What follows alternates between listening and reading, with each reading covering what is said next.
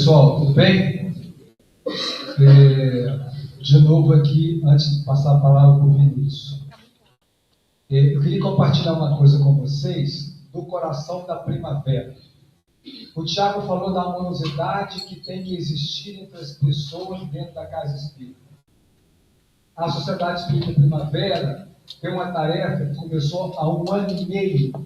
É uma roda de conversa sobre o luto para as pessoas que passam ou estão passando pela experiência de luto. É um trabalho lindo.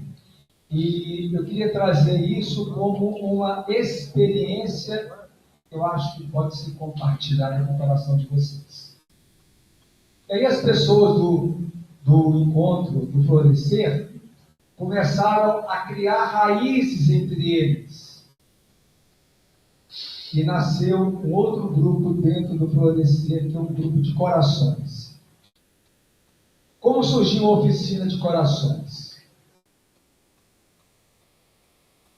Esse é o depoimento de uma das pessoas que eu acho que ele é lindo, que eu acho que tem tudo a ver com o que a gente vem fazendo dentro das nossas casas espíritas. A partir do encontro do florescer, um projeto de acolhimento para pessoas que perderam seus entes queridos, formou-se um grupo que passou a se reunir toda a última quarta-feira do mês.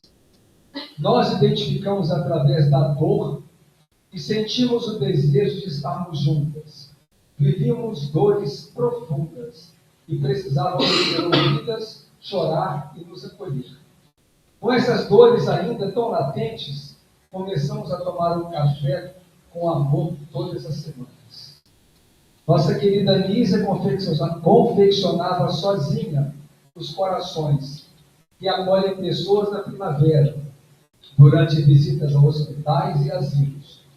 Como a demanda era grande, ela sugeriu que ajudássemos na confecção. Para nós, era um grande desafio. Nunca havíamos feito sequer uma bainha, e ainda assim aceitamos. Cada encontro semanal transformou-se em um momento de cura do interior. E sem perceber, esses momentos foram fortalecendo, despertando nossa autoestima e nossa criatividade. Então surgiu a ideia: por que não transformar aqueles encontros em café com amor? E tudo se tornou mágico. Passamos a preparar o café e um lanche compartilhado. Costurávamos nossas dores, nos acolhíamos e ainda partilhávamos esse momento juntos. Esses vínculos foram se fortalecendo e cada semana nós nos tornamos uma verdadeira família de corações. E aí,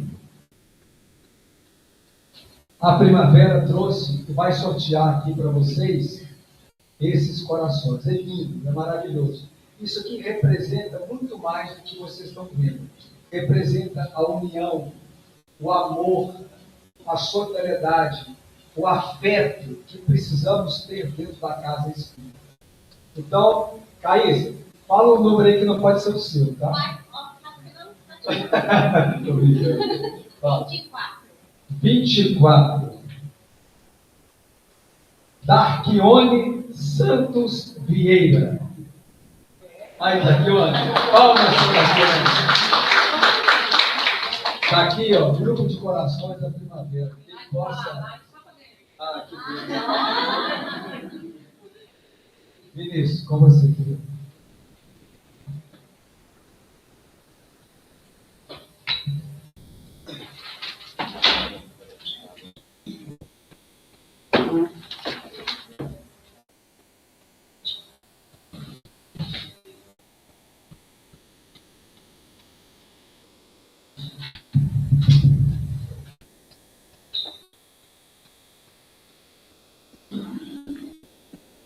Pessoal, tudo bem? Para nós, né?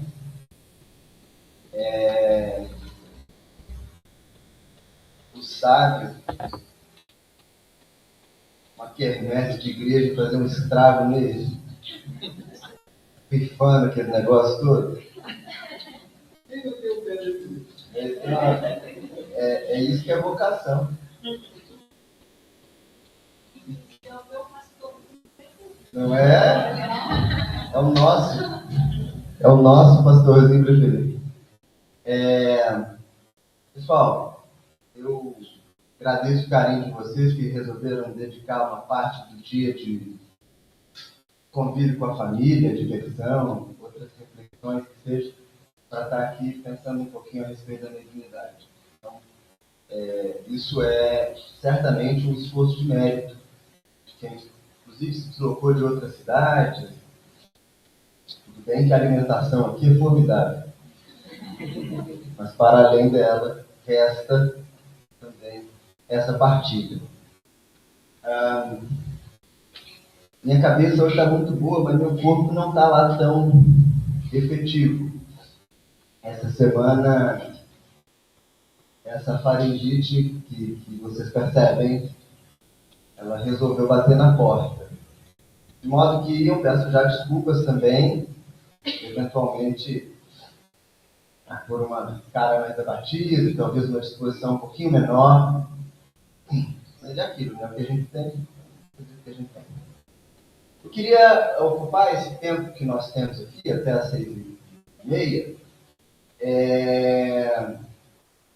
conversando um pouco sobre o campo da prática da mediunidade de fato. Tentando evitar que eu me perca muito, eu gostaria de fazer a divisão do tempo bem redondinho. Então eu vou até 20 minutos, 6h10 mais ou menos, e aí a gente abre para as perguntas, pode ser? Gostaria então que se vocês tivessem questões, vocês fossem pontuando, anotando, e eu trato delas quando a gente chegar lá no final. Dependendo do que eu ver na cara de vocês, eu até começo um pouquinho mais cedo as perguntas. Para que eu também possa situar um pouco melhor a minha fala, eu queria saber que quem me escuta, em alguma medida, isso talvez seja possível. Nós estamos no encontro sobre mediunidade. Eu imagino que as pessoas que estão aqui ou participam de grupos mediúnicos, vamos começar com essa primeira categoria, ou participam de estudos sobre a mediunidade. Quem aqui participou de reunião ou de estudo de mediunidade? Boa parte, né? Ou já participou também, né? Quem aqui tem interesse no tema? Mas não estão praticando. Não está no estudo, está só chegando. Legal. Por que eu estou falando isso? Porque se a fala do Thiago foi muito boa, foi uma fala bastante genérica, abordando sobretudo a teoria que está por detrás do fenômeno e da vivência, eu quero fazer um caminho contrário. Eu quero me ater aqui a elementos que são majoritariamente voltados à prática. Portanto, eu vou falar de questões que estão associadas, por exemplo, ao que acontece na reunião mediúnica, a questões sobre cursos de educação / desenvolvimento da mediunidade. Eu vou falar aqui sobre identificação dos espíritos, esse tipo de coisa que perpassa a prática. E para fazer isso, eu vou me valer de uma divisão ampla, num guarda-chuva, que é capaz de dar conta de tudo que a gente entende como mediunidade. Vejam só. Quando nós pensamos no fenômeno, ele é composto de 3 elementos. Falar de mediunidade, aquilo que chega lá no seu produto final, na sua entrega final, na sua expressão final, é articular necessariamente médium, meio e espírito. Toda vez que a gente estiver diante de um fenômeno mediúnico, esses 3 elementos eles precisam, de alguma maneira, serem harmonizados. Se você tem um excelente médium e você tem um meio favorável à comunicação, mas você não tem espírito, não vai ter comunicação. Se você tem um excelente médium, tem a presença do espírito, mas você tem um meio completamente desorganizado e perturbado, essa comunicação vai sofrer muito para que ela aconteça e a chance delas ter intervenções e ruídos é bem maior. Se a gente tem um meio excelente, os espíritos estão ali, mas não tem médium, não tem comunicação. Então veja, na medida que a gente vai movendo essas peças, a gente vai perceber que há impactos maiores ou menores para a experimentação do fenômeno mediúnico. Então eu escolhi esse guarda-chuva para que a gente possa passar exatamente nessa ordem. Médiuns, meio e espírito, e entender do ponto de vista da prática como que isso chega até nós.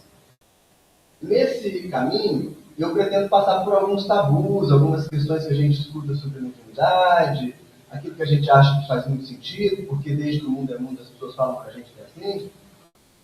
Isso a partir do que a gente de fato pode dizer que é, a gente tem reflexões e estudos capazes de comprovar e de dar uma segurança, e aquilo que não tem tanto elemento assim. E a gente vai se dando conta disso pelo caminho. Beleza? Vamos começar tirando o elefante da sala, que é sempre precioso fazer. No começo da minha fala aqui no ano passado, eu parti do mesmo ponto de partida. Quem se lembrar vai pensar, putz, ele viajou 5 horas de novo para falar a mesma coisa. A definição de médiuns que nós temos como base para pensar a prática da mediunidade. É muito comum a gente escutar umas conversas bastante mole, assim, que denota com grande profundidade um certo esforço para transformar o espiritismo num movimento assim, de superfície, que é uma fala do tipo, todos nós somos médiums. Todo mundo é médium. Uns mais, outros menos. E aí, isso não é exatamente a definição que a gente tem do conceito de mediunidade. Quando Allan Kardec apresenta no capítulo sobre os médiuns, no livro dos médiuns, a sua definição desse conceito, ele vai ser bem mais específico. Ele vai dizer assim, ó, médium é todo aquele que sente, num grau qualquer, a interferência dos espíritos no mundo. Aí, por essa definição inicial, mas veja, às vezes falta muito amor no mundo, mas falta muita interpretação de texto também.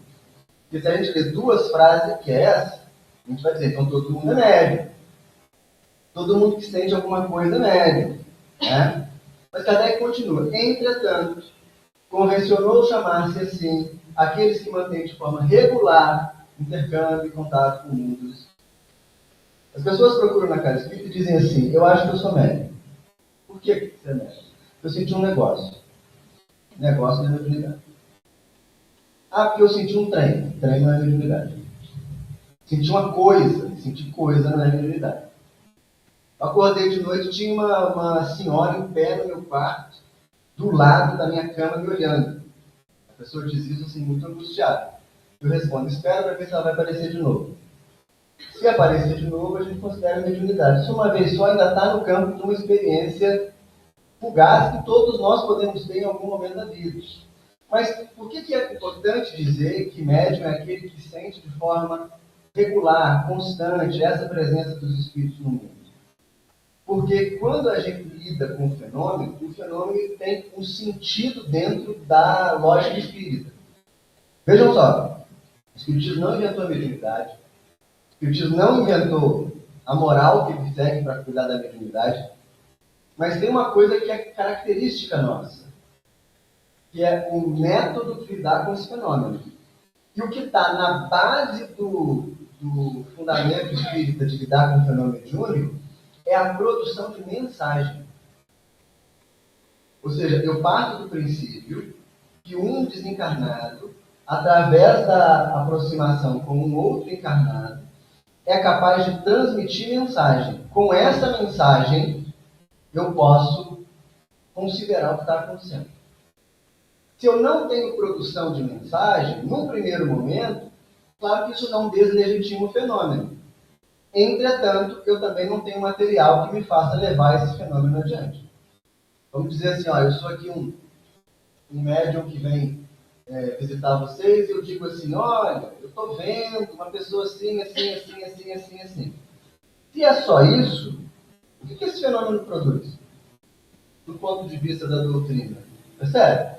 A gente se sente amparado, a gente se sente acolhido, pode ser até um índice assim, de estímulo para as nossas atividades, ótimo. Entretanto, não vai muito mais além disso.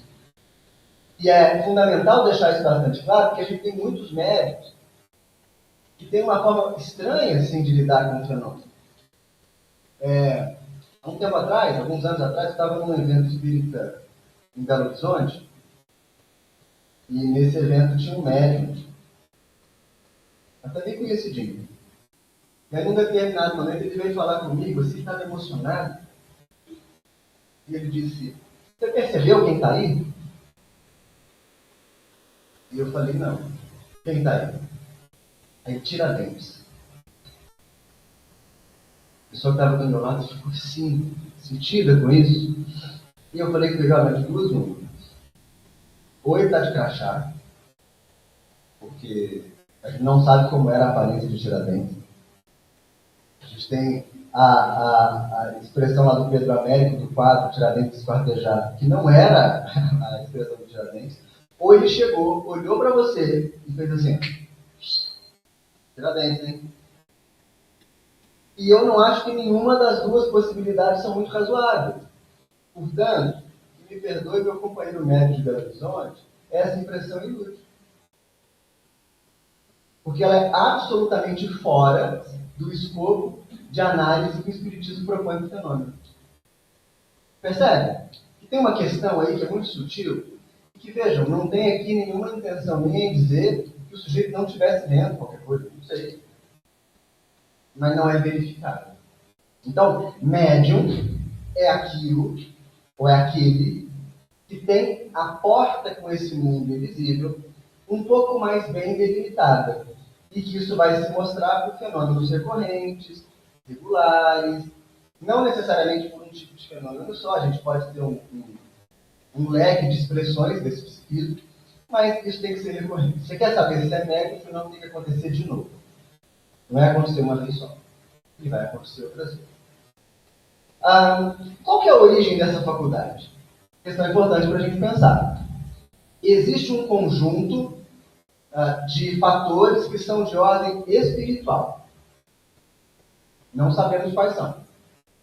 O que a gente talvez intua a partir da biografia de médiums que com quem a gente teve contato assim, ao longo da vida, é que esses indivíduos são indivíduos, sejam homens, mulheres, que de alguma forma tiveram comprometimentos, não necessariamente uma conduta ruim, mas se comprometeram coletivamente em outro momento. A mediunidade, na falta de uma síntese melhor, é uma oportunidade de resgatar, por atacado, as confusões que a gente arrumou no varejo. Então, o médium regressa ao mundo como um mediador, uma mediadora. Esses elementos espirituais, muito honestamente, a gente não tem como saber. Isso vai levar a gente para uma outra categoria das origens da mediunidade, que são as categorias orgânicas. Ou seja, o que a gente sabe a partir da literatura espiritual, mas não só. A gente tem várias tradições que vão defender a mesma coisa. A percepção do mundo invisível teria uma parcela da sua origem numa espécie de herança genética, numa marcação biológica. Por isso é muito fácil você encontrar, sei lá, a família onde tem grandes médios, a tendência é que a gente tenha outras mediunidades eclodindo ali. Esse fator é determinante, a genética imediata? Não, você pode ter, sei lá, pula 2 gerações, mas a tendência é que a gente possa rastrear na família a presença da faculdade mediúnica. Sinal amarelo, ponto de exclamação. Algum tempo atrás, vocês devem ter ouvido falar de uma pesquisa que foi publicada no Brasil, dizendo que havia se encontrado o gene da mediunidade. Né? Questões complicadas aí. Eu participei dessa pesquisa, fui um dos pesquisados. Tive que cuspir saliva no sobrinho dele, meu irmão também, para poder fazer aquela comparação. O que a pesquisa define não é causalidade. E em pesquisa científica, a gente tem que ter clareza que tem 2 definições muito diferentes e que mudam a resposta das coisas no fim. Correlação e causalidade. Não dá para a gente dizer que aquele gene é o gene da mediunidade. Não dá para dizer que todo mundo que apresenta daquele jeito vai ser médium. O que a pesquisa encontrou é que uma grande parte dos médiuns estudados, ali tinha uma diferença. Mas isso é correlação. Por quê? Porque tem outros casos em que havia uma mudança do gene e a pessoa não era médium. Percebe? Então, sendo bem honesto, acho dificílimo que a gente encontre ali uma pecinha no cérebro sozinha que vai ser o botão do liga e desliga da mediunidade. Né? Acho complexo esse raciocínio. Embora isso não invalide o fato de que a mediunidade também é orgânica. e que, por ser orgânica, ela vai sofrer oscilações conforme a nossa questão orgânica e biológica também. Quem já teve dor de dente, sabe de uma coisa que é, quando você está com o dente doendo, a tua alma vai para o buraco do teu dente. Você some do mundo e você vai para o buraco do dente. Eu poderia dizer cálculo renal, mas cálculo renal é mais específico, né? Mas a dor do dente talvez seja mais universal, né? Não dá para imaginar que o indivíduo que esteja com o dente latejando, com o canal por fazer, vai ter um espaço mental grandioso para ficar percebendo os espíritos. Percebe? Ou seja, na medida que a biologia sofre as suas oscilações, isso impacta na prática mediúnica. Então, dá para dizer, existe algo biológico. Agora, seguindo até a trilha do meu amigo Tiago, eu acho que essa é a última informação que a gente pode dizer, de um ponto de vista assim, mais seguro, do que se sabe efetivamente sobre as origens da mediunidade. A partir daqui, a gente tem algumas questões muito amplas. Por exemplo, comer carne impacta a prática mediúnica? Olha que coisa complicada, né? Eu evitei até olhar para o olho de vocês, porque a gente está dizendo claro. Óbvio, aprende isso, tem 50 anos, não pode comer. Só comer carne branca. Galinha não é carne, né? Enfim. Olha que coisa curiosa. Alguns grupos vão dizer assim, no dia da reunião você não coma carne. Outros vão dizer, na véspera não coma carne. Outros vão dizer, não tem problema nenhum. Outros vão dizer, determinados gêneros de trabalho mediúnico exigem uma dieta de restrição de proteína animal. No fim das contas, o que a gente sabe sobre isso? Quando a gente olha para trabalhos de cura, e aí aqui falando especificamente dos trabalhos que mobilizam o ectoplasma, a proteína animal, ela de fato produz efeitos na prática. E aí é muito interessante pensar o motivo, né? Porque a gente às vezes pensa assim, produz problema pelo quê? Qual que é a questão? É que a carne apodrece na tua barriga, tudo apodrece na tua barriga quando você come, desculpa. Porque a digestão é demorada, porque o pobre do animal. Olha, o que a gente tem, inclusive num dos livros que foi psicografado por nós, citado pelo Espírito Bom, quando perguntam para ele sobre o consumo de carne em reuniões de efeito físico, ele vai dizer, olha, o modo como tradicionalmente se abate o animal é muito traumático. E nesse momento de trauma e de estresse, o animal libera no corpo doses altíssimas de algumas substâncias. Substâncias essas que, quando ingeridas, ele nomeia substâncias que eu agora, obviamente, esqueci, eu sou de humanas, né? Não sou de exato.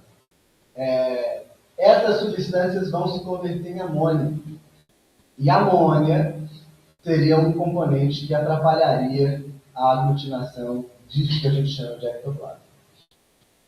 Então, se você vai para um trabalho de tratamento espiritual, de cura espiritual, você precisa mobilizar energias mais sutis voltadas para o tratamento, talvez a carne te faça mal. Agora, e se a gente for para outro tipo de tratamento? Olha, não é ideal você chegar na reunião mediúnica não fazer nada, nem com carne, nem com sopa de fubá. Porque se você tiver com a tua consciência inteira na barriga, não tem espaço para que os espíritos se aproximem de você. Isso vai valer, inclusive, e vejam só que problema complicado, para qualquer outro tipo de substância. Deixa eu contar uma história para vocês. Eu fui a Uberaba pouco antes do lançamento do filme do Chico,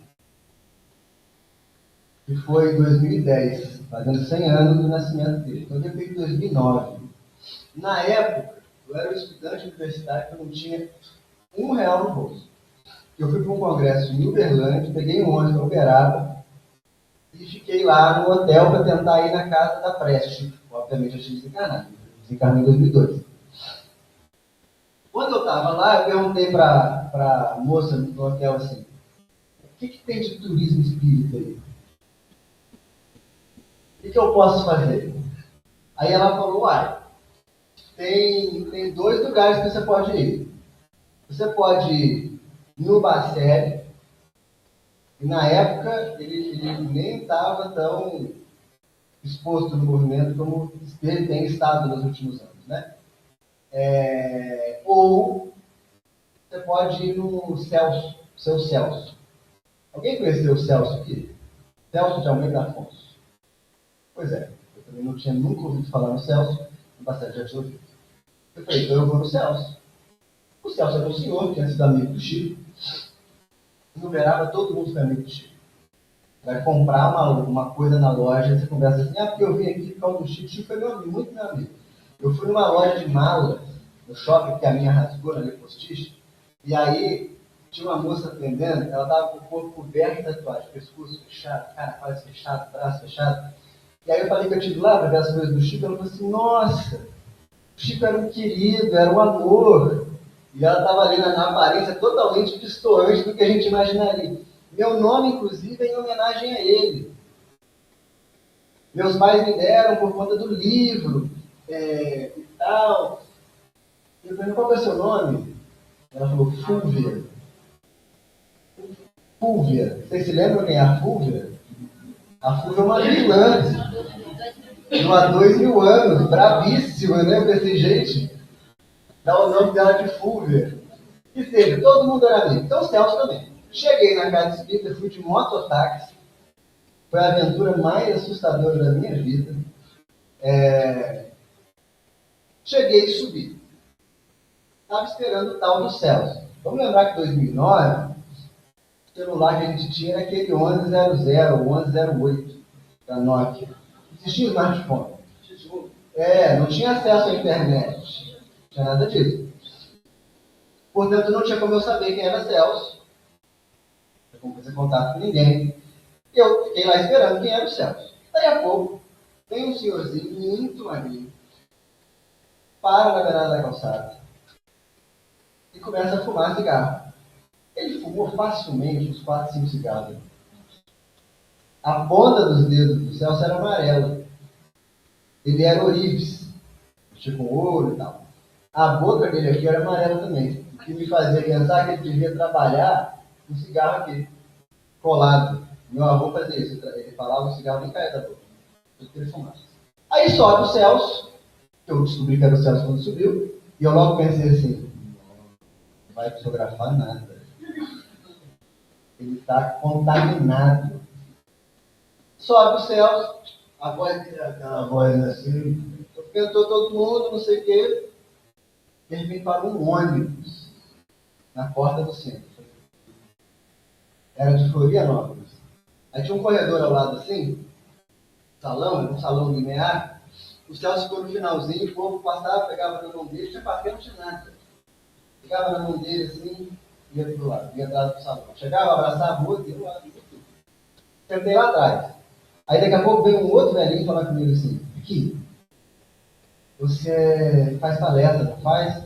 2009, não tinha nada de rede social. Faço. O seu Celso pediu para você falar para a gente hoje. Eu falei, eita. Aí fui lá, falei, e o Celso na mesa fotografando. No final da palestra, ele começa a ler as cartas. E aí, gente, eu nunca vi um trem desse. O Celso fotografou nas cartas lá, 2 me chamaram muita atenção. Uma, o quilômetro do acidente que a pessoa teve com o carro. E a outra, mais a dosagem de medicação errada que o paciente tomou no hospital. Eu já estava totalmente... Quando acabou, teve um momento da fotografia, eu fiquei muito emocionado. Chorei, caramba. E quando acabou, eu esperei todo mundo sair para ela falar com ele. Cheguei lá, o Celso fala comigo, ele é baixinho, né?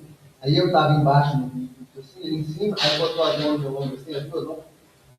Falou assim, meu filho, eu veio lá de Juiz de Fora para conhecer o Chico, né? Você percebeu que ele estava ali hoje? Você se emocionou? Ele passou do seu lado. Aí que eu virei rã puro, chorei de horrores. E toda essa experiência foi diante de um médium que tinha fumado 5 cigarros na porta do centro com a ponta do dedo amarelo. Você entende isso? Ou seja, esses eventos, eles por si só não são definidores de moralidade, e nem de capacidade ou aptidão do tipo. Ah, não sei quem, mas eu não concordo. O problema é seu. As coisas são assim. Certo? A gente vai encontrar médiuns fantásticos na Umbanda, que são médiuns incríveis e que têm uma prática diferente da nossa. Ah, mas então você está falando que na casa espírita agora a gente vai botar todo mundo para fumar e beber antes da reunião mediúnica. Não seja uma pessoa assim. Não pense desse jeito. Por quê? Porque nós temos uma ética da prática mediúnica. O que eu estou trazendo aqui para a gente pensar é o seguinte: na casa espírita, o modo como nós estipulamos a prática é uma prática que seja o mais minimalista, discreta, livre, o mais leve que a gente puder. Então a gente não vai adotar ritual externo, a gente não vai adotar rituais durante o fenômeno, a gente não vai adotar o uso de roupas, a gente não vai adotar o consumo de bebidas, a gente não vai adotar nada disso. E claro, tem um efeito de facilitar, talvez, uma integração coletiva diante da prática. Mas isso não é porque a mediunidade só funciona desse jeito.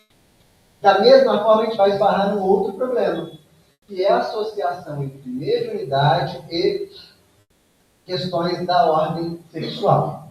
Durante muito tempo, a gente teve no seio do movimento espírita um impacto muito grande de uma obra que me parece, honestamente, que quando foi redigida, foi muito bem intencionada. Mas, boas intenções, né? Você já sabe o resto do ditado.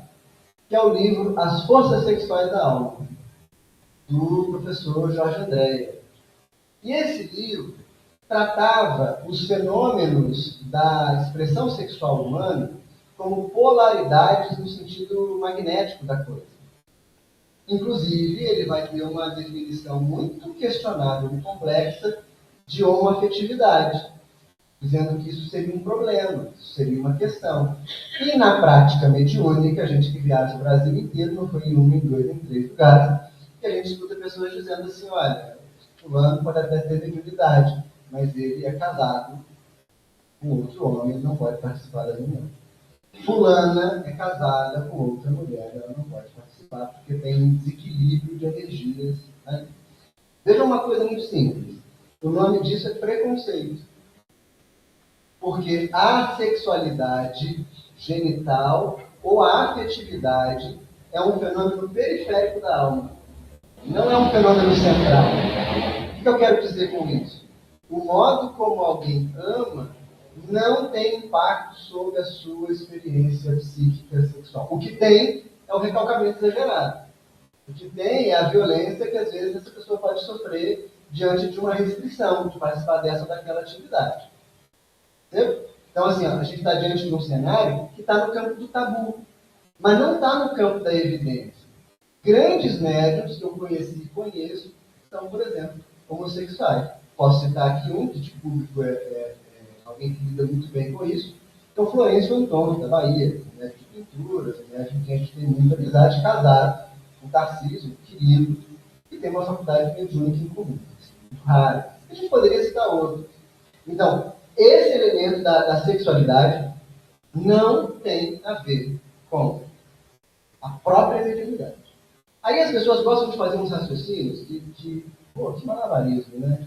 Ah, mas a pessoa é desregrada. Não, qualquer um que é desregrado pode perturbar a reunião mediúnica, independente da expressão sexual. E olha como é que a coisa é perturbada. Fui fazer um seminário uma vez na casa espírita, eu estava com bermuda. Bermuda era aqui, ó. Então era beiradinha da minha canela que estava aparecendo. E aí, no intervalo, veio um sujeito falar comigo. Gente, a coisa mais preciosa que eu posso trazer para vocês essa tarde, registro. Vocês não vão perder. O indivíduo perturbado não consegue ser perturbado sozinho. Ele precisa perturbar alguém para ele se sentir em paz. Busquem aí, ó. E se não vier ninguém na cabeça de vocês, vocês podem ser perturbados. Né? Talvez. Aí ele veio e falou assim, você sabia que você não devia fazer palestra de bermuda, né? Aí eu falei, por quê? Porque o pessoal pode olhar para suas pernas e ter pensamentos.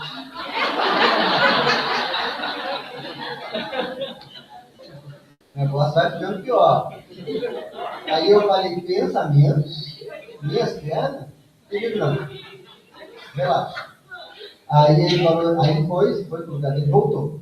Essa coisa do perturbado. Aí ele voltou e falou assim, mas olha só, se for assim, daqui a pouco vai ter alguma moça fazendo palestra de mini site top. Aí eu falei, mas que coisa, quanto tempo o senhor tem de espiritismo? 50 anos.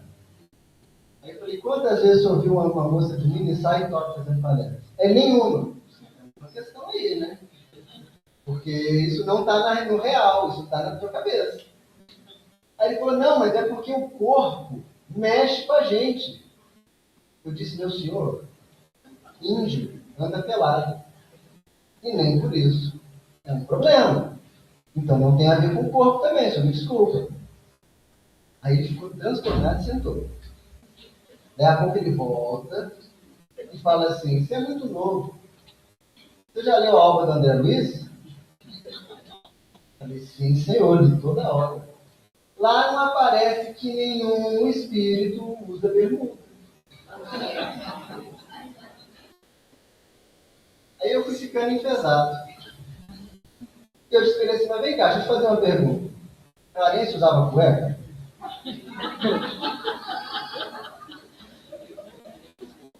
Porque também não diz que usava. E aí? Aí ele achou que eu estava brigando com ele.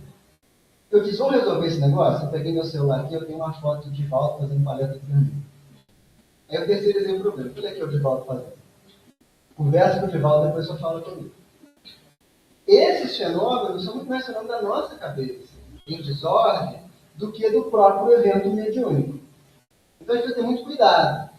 Claro que se a gente encontra um indivíduo em perturbação que tenta viver a prática mediúnica, a tendência é que isso desorganize ainda mais. Então o ideal é que a gente possa conseguir sustentar uma disciplina na prática. Mas isso já tem a ver com a ética mediúnica do espiritismo, e não com a faculdade em si. Isso vai implicar numa outra coisa. Quantas vezes vocês não ouviram dizer expressões como, na minha casa espírita tem um grupo de desenvolvimento mediúnico. E aí tem grupos que são, todo ano tem 80 pessoas fazendo curso de mediunidade, sai lá para mediúnica, né? Gente, o mundo está tomado, né? A rigor, temos muito cuidado. Não existe desenvolvimento mediúnico. Mas porque não existe. Talvez, como o Tiago estava falando, a nossa mente ela é bagunçada. Então a gente não percebe as questões. A gente entra para um grupo de estudo e aquilo ali ajuda a gente a fazer uma faxina na mente, botar as coisas no lugar e a gente percebe melhor a realidade. Mas isso não define mediunidade. Quando a gente pensa na mediunidade de fato, o que é interessante a gente ter num horizonte de visão? Que a mediunidade precisa ser espontânea. Sendo espontânea, ela não vai depender de um estímulo para que ela aconteça.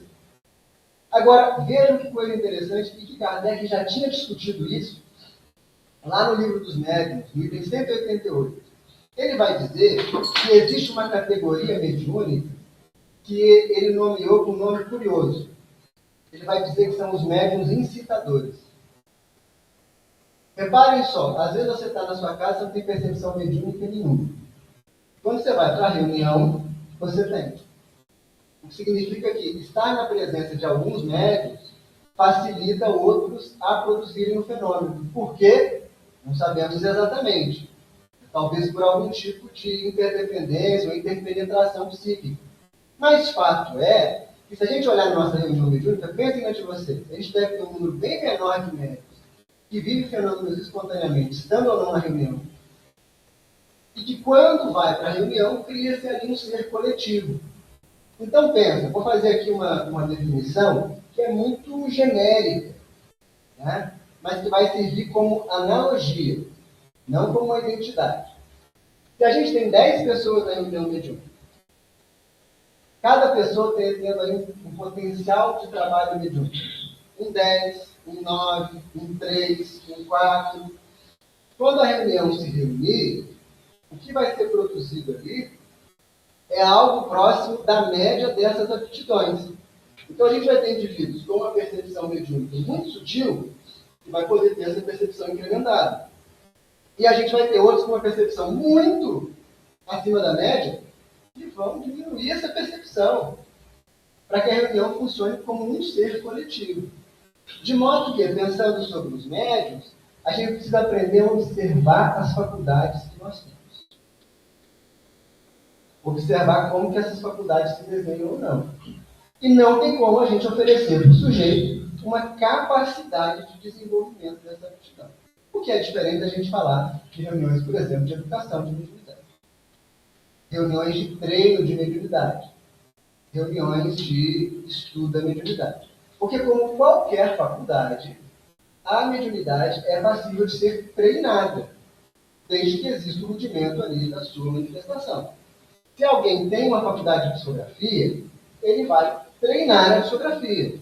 E na medida que ele faz esse treino, a capacidade de psicografar se complexifica. Ele vai ter acesso a outros espíritos, a outros tipos de pensamento, a outras lógicas. Tem um livrinho, que foi publicado pela Primavera, que chama Comunhão. Esse livro é muito interessante, porque ele é o resumo de alguns anos de treinamento mediúnico que o Espírito Ivon conduzia. Ele trazia um espírito diferente, falava assim, esse aqui é o fulano de tal, vai escrever através de você hoje. Às vezes era ótimo, mas era uma porcaria, não conseguia produzir mensagem. Isso ao longo de anos. E depois desses anos de treino, essas mensagens ficaram guardadas mais alguns anos, e o nosso amigo Fábio Fortes, que vai vir aqui no Fórum de Academia, organizou as mensagens e sistematizou para discutir justamente esse aspecto do treinamento da mediunidade. Então não vamos imaginar que a mediunidade ela se instala em um método. Agora, por outro lado, ela também não se desenvolve. Se a gente passa para o campo dos espíritos, vamos colocar também uma coisa bem no seu lugar, não existe espiritismo sem espírito. Se o espiritismo perde o contato com o mundo espiritual, ele vai se transformar numa prática muito vazia, muito sem graça. Inclusive, me parece que tem algo aí apontando, por exemplo, para essa diminuição das pessoas que se identificam espírito. O censo da religião, a gente teve o censo do IBGE último, né? O número de pessoas autodeclaradas espíritas diminuiu. A gente tem uma série de fatores que podem ser usados para discutir isso. Algumas pessoas dizem assim, as pessoas pararam de falar que são espíritas, porque agora elas não têm mais tanto medo de se declarar como, sei lá, um bandista, um doblecista. Mas, por outro lado, a gente tem, sim, um dado interessantíssimo. Depois da pandemia, muitas casas espíritas não voltaram a funcionar. Ou a gente tem uma relação com o mundo invisível que é, em muitos casos, extremamente burocratizada. E aí a gente tem umas distorções. Por exemplo, se você tem na casa espírita há 10 anos e nunca assistiu a comunicação mediúnica, não sabe como é isso. Tem uma porta lá fechada e um dia da semana, meia dúzia de doninha e de senhorzinho entra, fecha a porta, depois sai todo mundo de lá, não se sabe como os espíritos se comunicam, não se sabe como os espíritos falam, não se sabe como eles tratam as coisas desse mundo, e aí fica um grande espaço para fantasia. Isso não é sustentável. Se nós tirarmos os espíritos do espiritismo, ele deixa de ter boa parte da sua vitalidade. O problema é que nós somos seres muito apegados a fazer aquilo que não é tão bom. Então, no outro lado da exclusão dos espíritos, a gente vai passar para uma espécie de guiísmo, que é igualmente ou mais prejudicial do que a ausência dos espíritos. Eu estou chamando de guiísmo aqui. A gente tem a ingerência de espíritos sobre assuntos objetivos da vida cotidiana. Na casa espírita, em alguns lugares, isso é muito comum e muito perigoso. Alguns grupos que nós conhecemos eram formados por médicos que tivesse que fazer uma obra na casa, sei lá, trocar a cortina de lugar, tinha que perguntar por isso. Porque se o guia não autorizasse, não podia. Isso me faz pensar como eu invejaria ser esse guia, que está com uma quantidade de tempo considerável a mais do que eu, para ficar fiscalizando, curtindo de pesquisa. Uma vez, conversando, antes de estar em Fora, na Primavera, a gente fazia parte de uma casa em Bicas, chamada Morada do Caminho. E a gente estava fazendo algumas obras. E aí um dia, nessas obras, eu tive a oportunidade de perceber o Zé Grosso. E aí a gente ia construir um segundo andar, uma coisa assim. E eu falei, Zé, estava querendo colocar um banheiro aqui. O que você acha disso? E a resposta dele foi assim, olha, meu filho, se você não for capaz de decidir onde fica a porta do seu banheiro, que existe credibilidade. E eu pensei, muito bem. Que legal. Ou seja, nós temos uma dependência dos espíritos naquilo a respeito do que os espíritos não têm que se pronunciar. Isso só pode ser porta para a obsessão. Então, aquele médico que está o tempo inteiro na casa espírita, que pode chamar, como Raul Teixeira chamava, de médico oculto, está o tempo inteiro na casa espírita dizendo, não, porque o espírito me falou isso, que o guia me falou aquilo. Sinal amarelo. Sinal amarelo. Me lembro do benfeitor Ivone dizendo assim, nós vamos para a reunião de diretoria hoje. Eu tenho uma proposta para fazer. Ele dizendo, uma proposta para fazer para o grupo. Você vai fazer desse jeito. Você vai sugerir a ideia e não vai dizer a procedência dela. Se o grupo acatar, é porque o grupo está amadurecido e pensando na mesma direção que nós. Se o grupo não acatar, você não vai dizer absolutamente nada. É sinal que não é momento. Olha que sabedoria. Porque já pensou chegar numa reunião e dizer assim, gente, olha, por favor, que a gente tem que trocar a cortina para verde, para ficar lindo. Todo mundo vai querer trocar a cortina. Mas quando ele diz assim, ó, sugere algo, se o grupo acolher, porque ele está de acordo com os nossos pensamentos. Se não, vamos trabalhar para a gente conseguir mudar isso. Olha que coisa interessante. Quando a gente vai olhar para a história do espiritualismo, dos fenômenos que vão acontecer a partir de 48, 50, até que é parte desse movimento, a palavra guia não aparece tantas vezes em todos os cenários. Existe uma outra palavra para falar desses espíritos, que eram os espíritos que assessoravam os médios na sua tarefa. Eu não sei se vocês sabem que palavras, que nome era esse que se dava para isso. Não eram guias, eles eram o quê dos seus? Não sei se era minha, não era aqui. Eles eram chamados de controles. Aí a gente fala, nossa, controle, coisa opressora. Mas sabe que, olhando com atenção, faz bastante sentido a gente pensar no controle?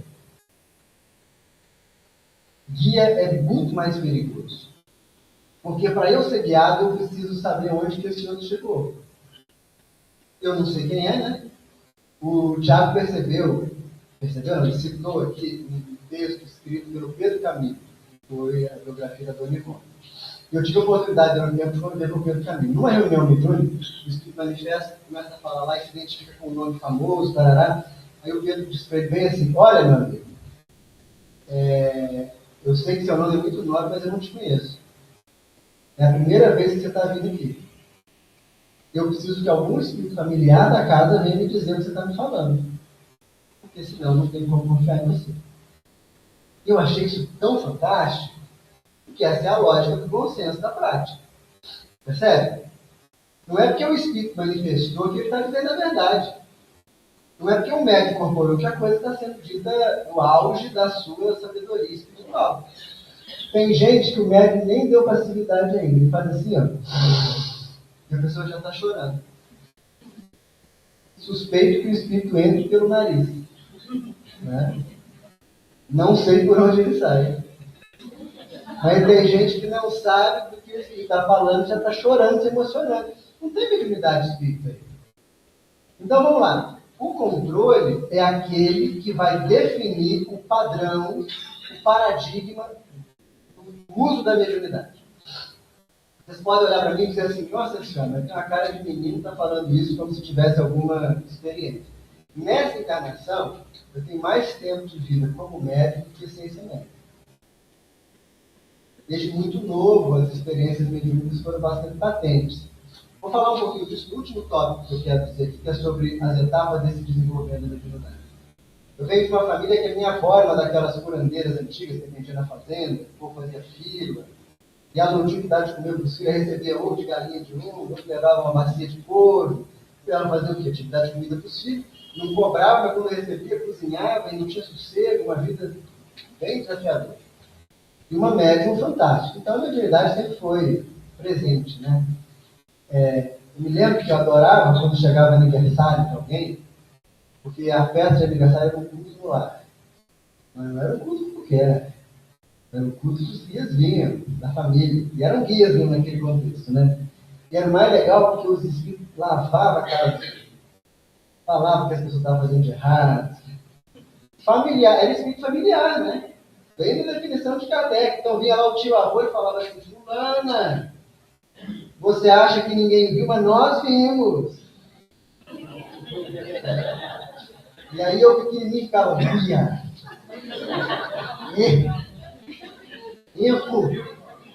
Até que chegou a minha vez de ter o aniversário dele, entendeu? Não foi tão legal. Nesse processo de amadurecimento da mediunidade, surge para mim um espírito que é um grande amigo, um pai espiritual, um benfeitor, incontornável, que é o espírito bom, esse que assina boa parte das nossas obras. Na Casa Espírita Primavera, toda reunião pública nós temos fotografia. No passado a gente fez aqui, durante o evento da mediunidade, um momento de fotografia. Esse ano nós não fizemos porque eu estou morrendo. Mas eu vou comunicar por mim mesmo. Né?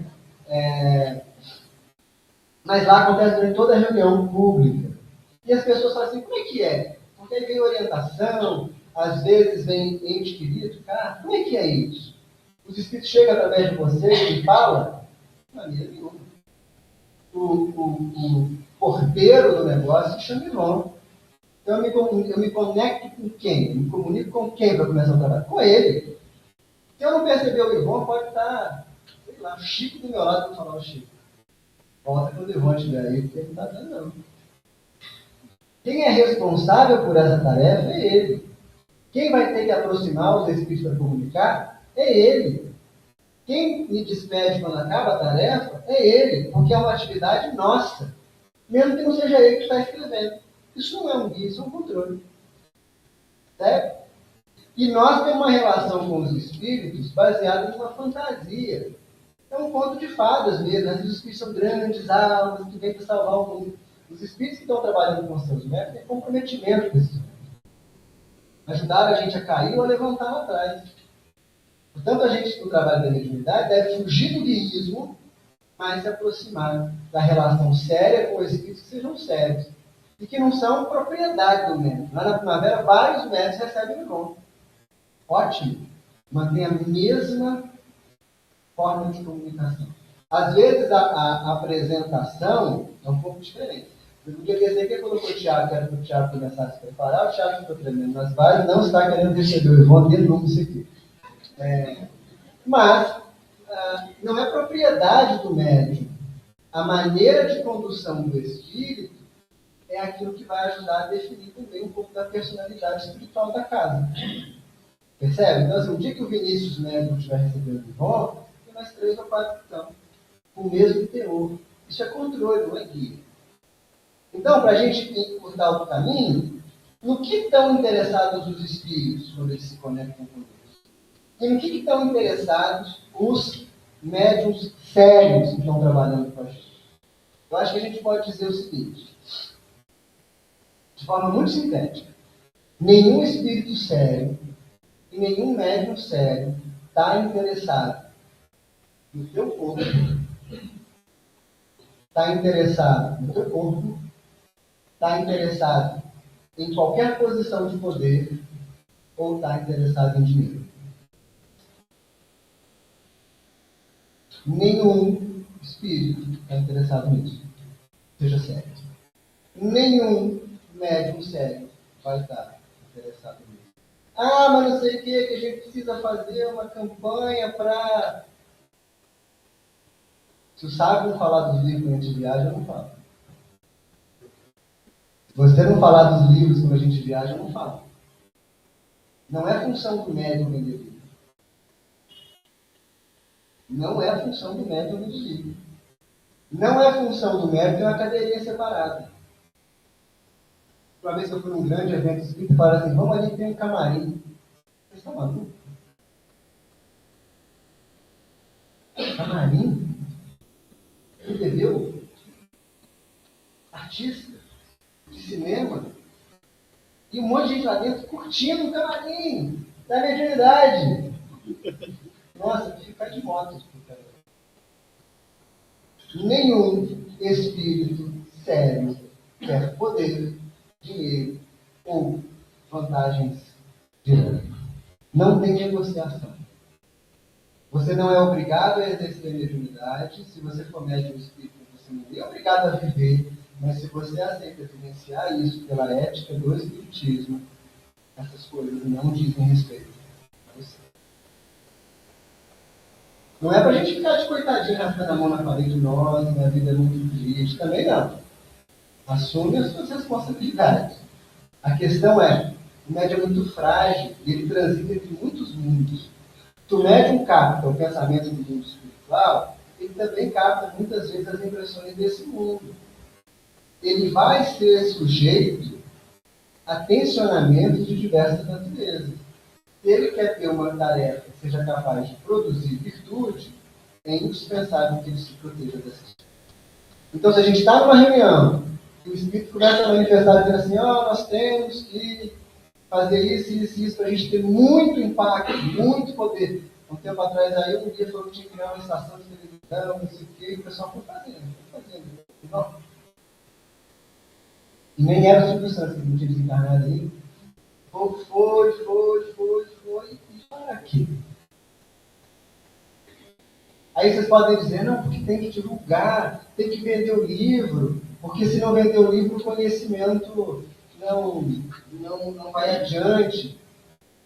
Amigos, o saber espiritual não pode ter preço. Não pode ter. Claro que produzir o livro tem custo. Claro que as casas às vezes vão precisar de recursos para isso e para aquilo. Mas o saber espiritual não tem valor. Ele não tem valor monetário para a gente poder contabilizar. De modo que, se a prática de qualquer natureza está condicionada à venda, sinal amarelo. Sinal amarelo. O que vai nos levar a pensar nos espíritos. Não, meio, eu não falei meio, perdão, pulei meio. O que nos leva ao meio. Vamos lá. Tiago falou um pouco disso, eu falei um pouco, não vou me estender muito. A mediunidade, ela é um fenômeno natural. Então não vai acontecer dentro da casa espírita, ou ela não vai acontecer só dentro do terreiro de banda, ou não vai acontecer só dentro de outros espaços. Ela não tem restrição. Se é um fenômeno natural humano, onde tem gente, também tem fenômeno mediúnico. Como que funcionam os fenômenos mediúnicos para o espiritismo? E aí, gente, essa é a única segurança que nós temos. Por isso que é importante dizer. Quando Kardec organiza o livro dos médios, ele não está inventando 1,9, a não ser um método. Guia prático para médiuns e evocadores. É método. Se eu sigo o que está ali, eu consigo ter uma experiência mais segura, menos estranha com a mediunidade, né?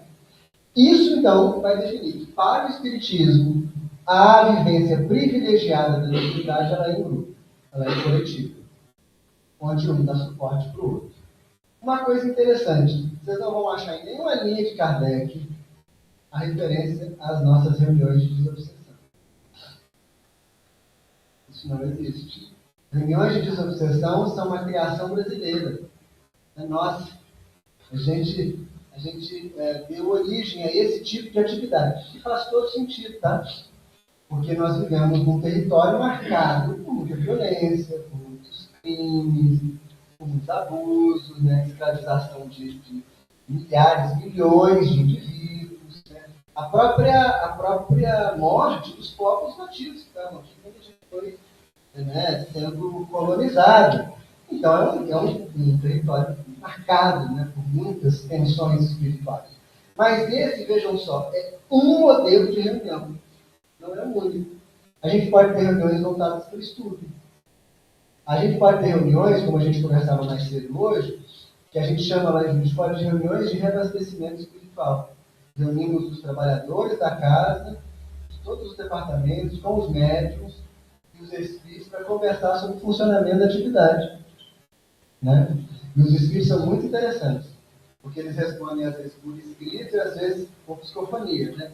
E aí o Livon disse na primeira reunião que a gente fez, a regra é a seguinte: podem perguntar questões pessoais, particulares, não tem problema.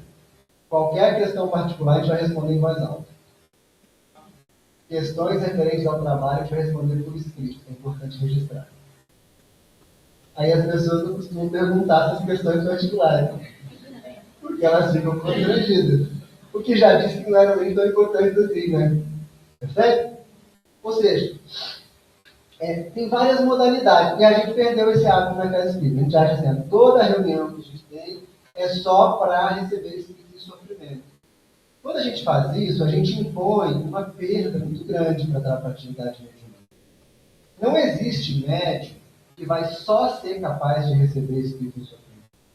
Isso pode ser um momento da sua etapa de relação com a mediunidade. Mas é importante que a gente possa ter nas nossas reuniões uma convocação. Olha, alguns espíritos se dirigem a casa, se quiserem comunicar com a gente, se quiserem deixar uma mensagem. E essa mensagem, quando vier, vai ser alvo de um escrutínio.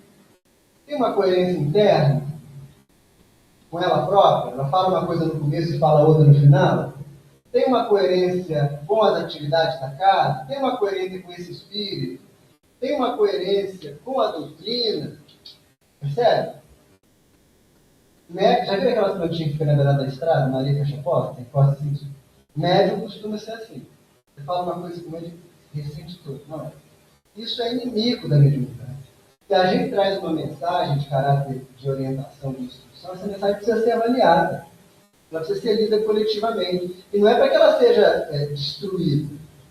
Prática mediúnica sem compaixão não funciona para nada. Né? É para que a gente possa ajudar o médium a aperfeiçoar a sua captação. Você já reparou que em 3 semanas você recebe mensagem aqui do Espírito Guia? E tem umas palavras que repetem em todas as mensagens? Tem umas ideias que estão em todas as mensagens? Traga essa ideia dos Espíritos é sua. Vamos observar? A gente vai fazendo isso para ajudar os médiums. Porque a rigor é fundamental que a gente possa ter a presença dos nossos instrutores nas atividades. E os instrutores, vejam, não são dos médiums, são das tarefas. O médium pode virar o cabeção e ir embora. Os espíritos não viram o cabeção e vai embora, não. Se virar o cabeção e vai embora, não tem problema. O que às vezes acontece é quando a casa se perde, se perturba e faz, enfim, escolhas equivocadas, aqueles espíritos sérios se recolhem. Aí a gente fala assim, nossa, tem tanto tempo que não tem a comunicação do fulano, já é para a gente ligar o alarme. O que está acontecendo com o fulano agora? Faz tanto tempo que o espírito tal manifesta, e ele sempre estava orientando a gente, se era o espírito certo, porque ele sumiu. Não basta o espírito incorporar e falar meia dúzia de palavras para dizer, nossa, é um guia novo. Lá na nossa casa, quando os médicos vêm conversar comigo, estão recebendo as mensagens do espírito tal. Eu digo, então você registra todas, faz uma pastinha, quando tiver uma quantidade boa, você manda para eu avaliar. Eu vejo. Porque não basta dizer uma vez numa reunião, eu vim aqui porque eu vim amando de Jesus, brigadão, amigo. Vamos te conhecendo aí, você vai conhecendo a gente vai descobrir o que isso vai levar. Porque, senão, basta ser desencarnado para ter autoridade. E não é esse o princípio. O que vai reinar, então, nessa reunião que é um ser coletivo? A gente precisa ter 3 elementos presentes. Acolhimento com os encarnados e os desencarnados. Vejam só, um médium que não seja capaz de se tornar mais compassivo dá o maior testemunho que ele poderia sobre a precariedade da sua prática mediúnica. O médium está o tempo inteiro lidando com espíritos em sofrimento, ou lidando com interferências e perturbações que ele sabe como são potentes para mexer com ele mesmo. ele não tem como, nesse movimento, se tornar uma pessoa mais endurecida, mais agressiva. Se isso acontece, a gente está diante ou de um caso de obsessão, ou de uma dessas oscilações mediúnicas. Então, a primeira coisa é acolhimento. Acolhimento aos espíritos que chegam na reunião. Essa história de, não, agora você vai ser amarrado, você vai embora daqui, e não sei o quê. Pelo amor de Deus, não existe. O espírito pode ficar uma reunião inteira, um espírito só falando. Vamos embora que tem outros para comunicar. O espírito fala assim, eu estou 300 anos tentando falar. Você me dá 7 minutos e meio? Não existe. Né? Então, mas acolhimento uns com os outros. Cansei de sair de reunião mediúnica e o pessoal na escada daquela escrita assim, mas aquele médio esquisito, né? Dá umas comunicações estranhas. Ai, nossa senhora, não gostei não. Tomei um susto na hora que o espírito falou. Tá aqui, sendo médico, vai estar lá brigando com a esposa que você me ligou. A gente trabalha junto na obra social, e ela vem falar para mim. Acolhimento. Ou eu chego lá do meu colega e falo assim, tem alguma coisa acontecendo? Vamos conversar? Deixa eu discutir com você. Então, eu tenho que encontrar um jeito de trabalhar sem precisar colocar isso no centro da questão. Segunda coisa, familiaridade. Ou seja, a prática mediúnica, ela precisa se tornar uma prática familiar. Eu acho muito curioso. Quando a gente começa na mediunidade, tudo é muito. Tudo é flor da pele. Agora, quando a gente vai passando tempo na prática, as impressões precisam mudar de teor. Há um tempo atrás, eu fui com um casal de amigos para a cidade da esposa. Nós fomos passar um feriado do carnaval ali com a família dela. E aí, no meio da noite, às 4 horas da manhã, eu acordei na cama. Raramente eu tenho percepções visuais. A faculdade foi ganhando um contorno para mim que culminou sobretudo na psicografia e na psicofonia. Quando tem necessidade em algumas atividades de tratamento, de ectoplasmia. Mas aí eu acordei de madrugada e um senhor sentado na cama, olhando por cima do ombro assim para mim, com uma cara muito feia. E aí ele era meio careca, meio curtinho. Acordei, no outro dia eu chamei meu amigo. Assim, Cícero, que doideira. Tinha um homem sentado no pé da minha cama. Como é que era o homem? Aí ele falou para a esposa dele, Cris, vem cá. Telefone sem fio, né? Ô Cris, vem cá, Cris vai te contar um negócio. Falou que tinha um homem no pé da cama dele essa noite. Como é que era o homem? Aí eu escrevi o homem. Ela ficou branca e falou assim, meu pai. E o pior você não sabe. Eu detestava que eu dormisse na cama dele.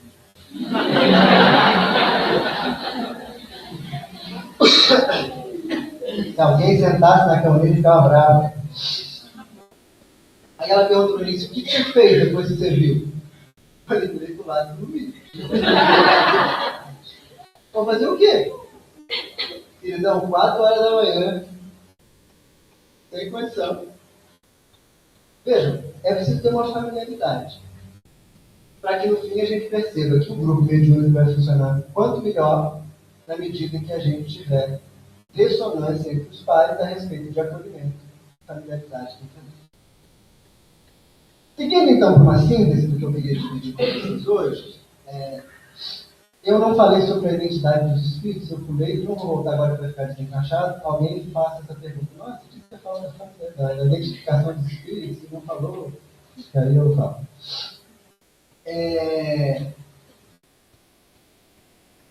O que a gente mais tem que observar quando a gente está diante da prática mediúnica? O tempo. O tempo é o senhor dos fatos.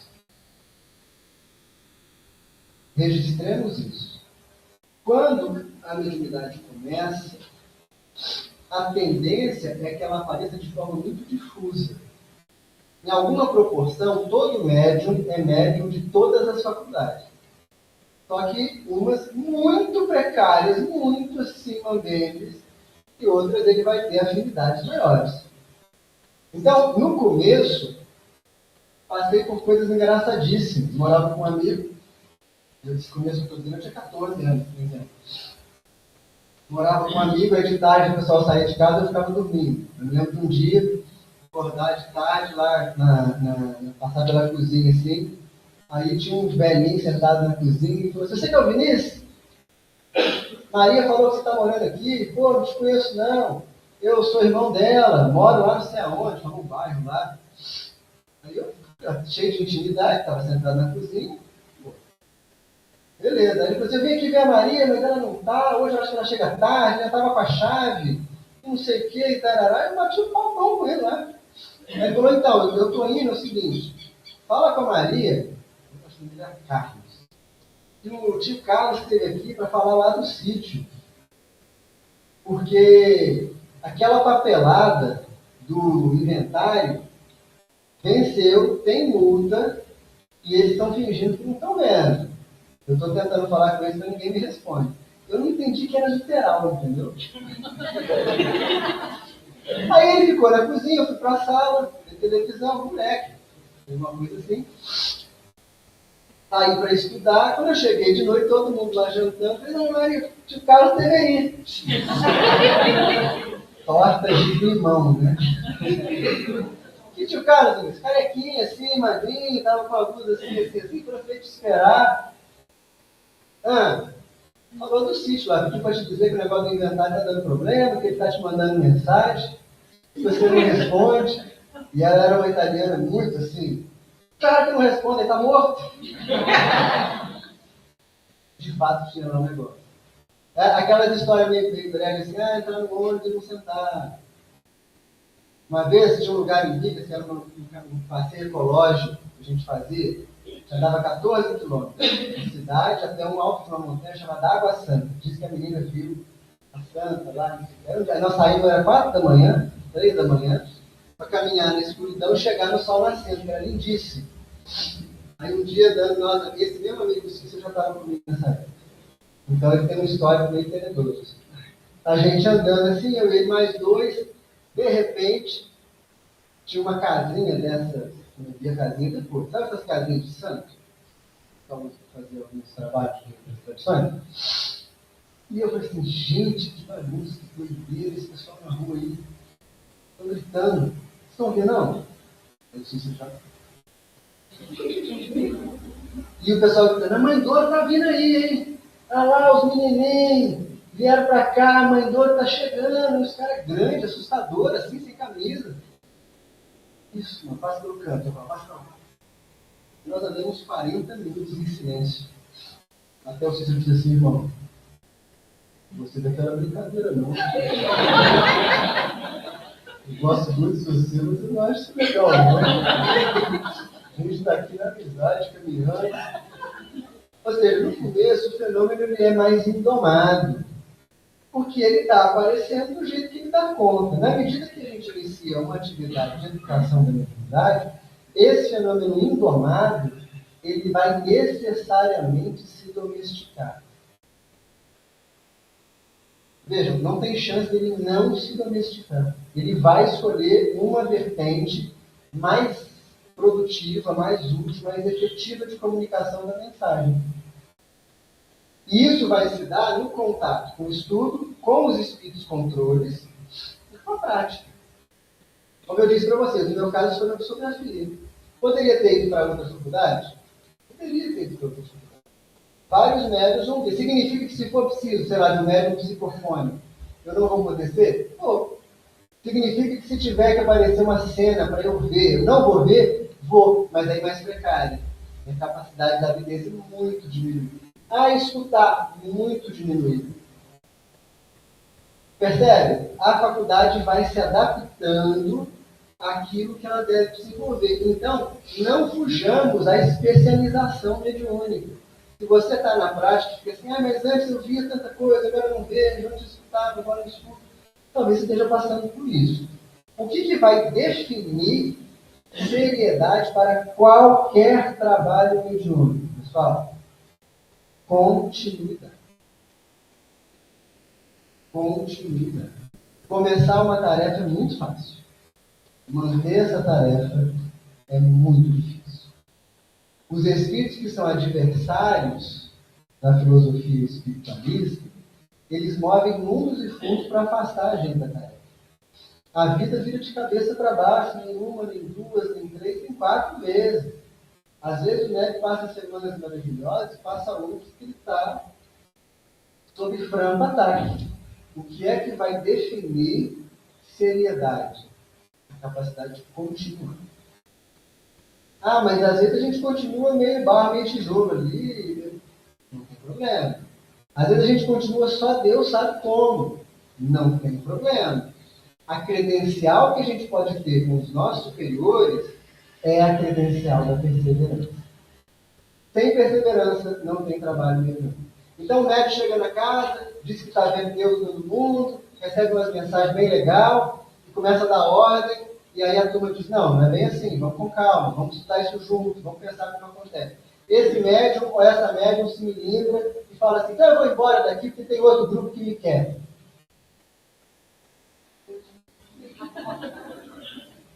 Pode ir sem problema nenhum. Né? Ah, mas então eu estou achando que eu estou sendo prejudicado porque as pessoas estão criticando as minhas mensagens. Criticar as mensagens não tem nada de errado. As mensagens, sério. Fazer uma análise do texto, considerar o que está ali. Então eu não estou gostando disso, eu vou embora. Claro que a gente vai conversar com essa pessoa para dizer, olha, filho, não vá, tenta ficar, é importante. Mas se ainda assim o sujeito definir que ele quer sair, é uma escolha dele. O que vai definir a nossa relação com a mediunidade é a perseverança. Por quê? Porque, no fim, todos os médiuns, sem exceção, todos os médiuns, um monte de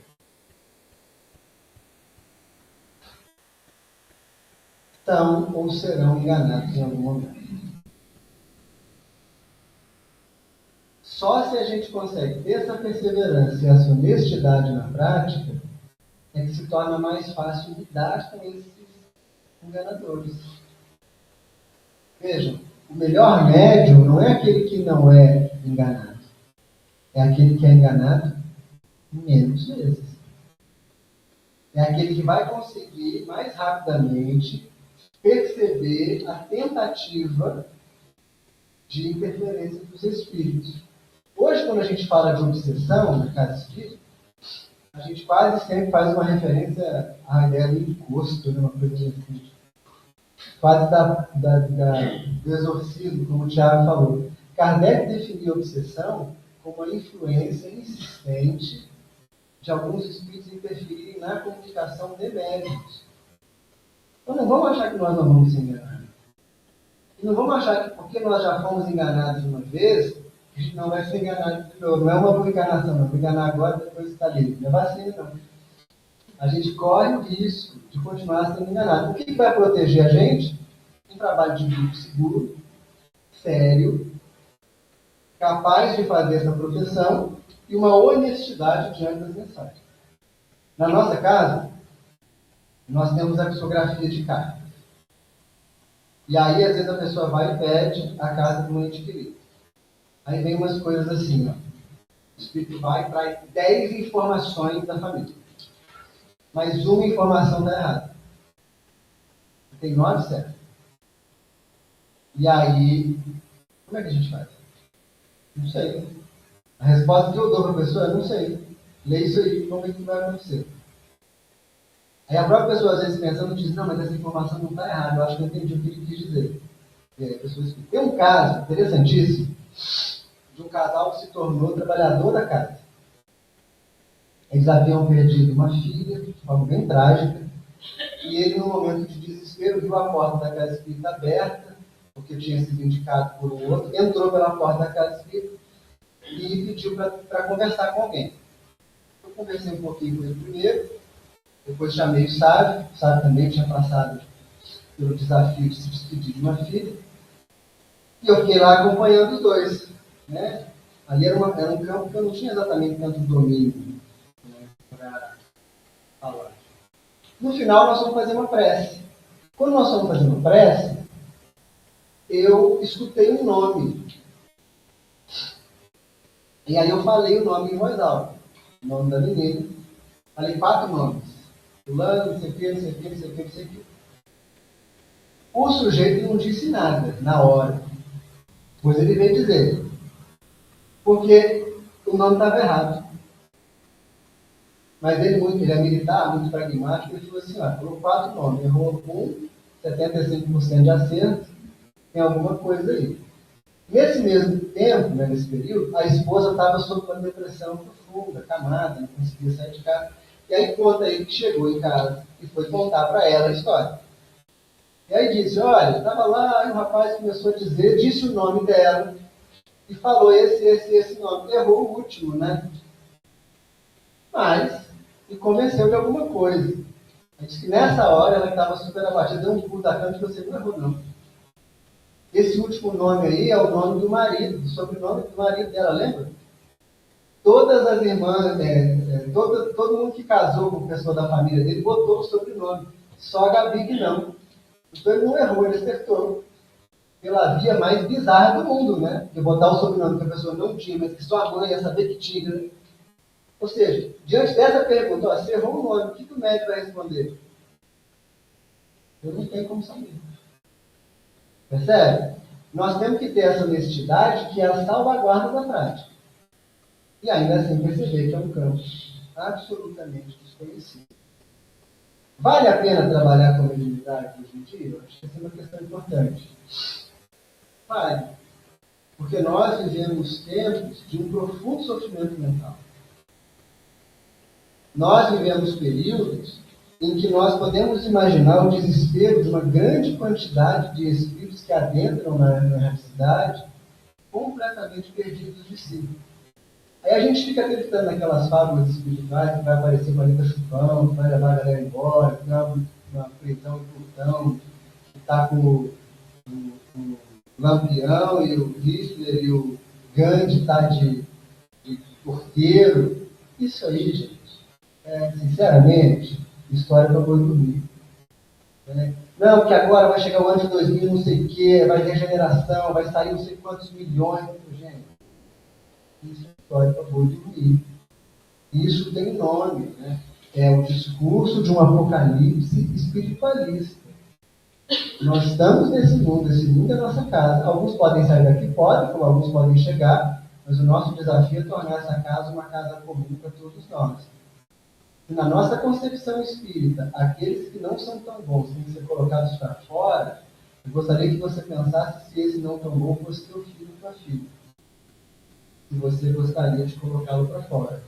Gostaria que você pensasse, por exemplo, em renúncia ou em Ave Cristo, em que o movimento é o contrário. Quem está fora e está muito bem, vem para cá, para poder cuidar dos seus. Essa é a nossa casa comum. Então nós temos um comprometimento em cuidar do espaço psíquico dessa casa comum. A mediunidade é a única forma de fazer isso? Claro que não. É a única maneira de lidar com esse invisível? Também não. Mas é a nossa prática nativa do Espiritismo. Se é a nossa prática nativa, nós temos um compromisso com ela, que é de sustentar essa vivência com dignidade, com coragem, com o pé no chão, com uma compaixão altruísta diante de Deus. Não é título, não é destaque, não é vantagem. Trocava fácil na faculdade mediúnica por uma bicicleta calórica, mas isso não é possível. Né? Como não é possível que nós vivamos essa faculdade com a dignidade que ela exige de nós. Beleza? Temos aí nosso tempo de perguntas. O que perturbou vocês enquanto eu falava? Protestos? Pode? Eu gostaria de fazer uma pergunta. Não uma pergunta, mas que se você pudesse descrever Tá. a sua faculdade de psicografia, você tem uma psicografia pura ou você estuda como se fosse os seus pensamentos? E, encaixado nessa, eu gostaria que você falasse também sobre o animismo. E você, eu percebi que você é um médium muito estudioso. você tem certeza que esses pensamentos não são seus? Excelente direção. Vou começar pela Ivone. Eu, durante os momentos de atividade, não sei separar os meus pensamentos dos do Ivone. Quando nós tínhamos os dias de cartas, a gente fazia uma vez por mês as cartas familiares. E aí é uma coisa interessante, porque tem um grupo de trabalhadores que estavam com a gente nas cartas. E eles diziam algo que era assim: Vinícius chega e a gente começa a conversar entre nós, a equipe, aí vai ler uma página, e aí eles diziam, em algum momento já não é o Vinícius. Pelo quê?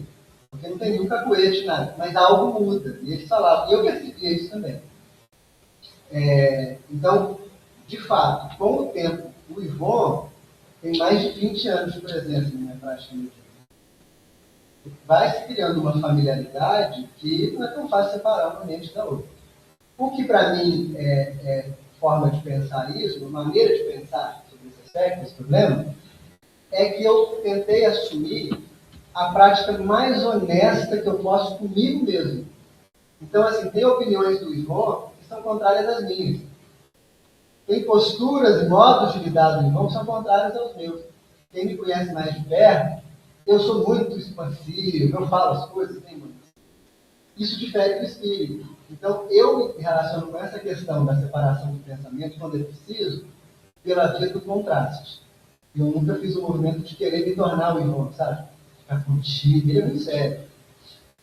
Ficar contido, ficar... Não. Eu faço questão de permanecer, ser o mais Vinícius que eu posso, porque no momento que esse pensamento Ivon aparece, fica evidente que não é Vinícius. Algo mais ou menos assim.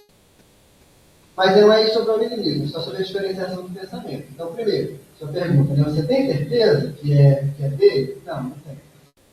E nem o médico vai ter. Essa é a desgraça da coisa. Alguém pode dizer, vai! Eu me lembro de uma linha direta que perguntaram para o Divaldo assim, mostraram a cena do espírito, colocando a mão dentro da mão do médico, pegando para escrever e perguntaram para o Divaldo, é assim que acontece? Ele fala, exatamente, não é. Ele não pode pegar na mão, não. Não existe. Como é que é o trânsito da fotografia para mim? Eu fico praticamente com uma consciência cindida. Você me pergunta, é inconsciente ou não é? O nível de controle da mão, ele varia. Tem mensagens que eu não consigo ter muita ciência do que eu estou escrevendo. Outras, eu consigo interromper a qualquer momento. Mas existe um nível de manutenção de consciência que é muito interessante.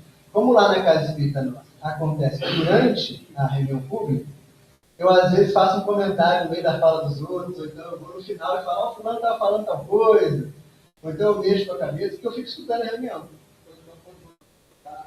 Quando eu sou citado, mesmo durante a psicografia. Então, eu não tenho a impressão de escutar, não é isso. A minha sensação é de que as palavras vão aparecendo. Claro que na medida que elas vão aparecendo em série, eu consigo antever alguma coisa, no sentido de que tem um nexo, né? Tem uma cadeia de palavras, eu consigo imaginar o tema e tal, mas elas vão só aparecendo. E eu vou escrevendo. Desse jeito.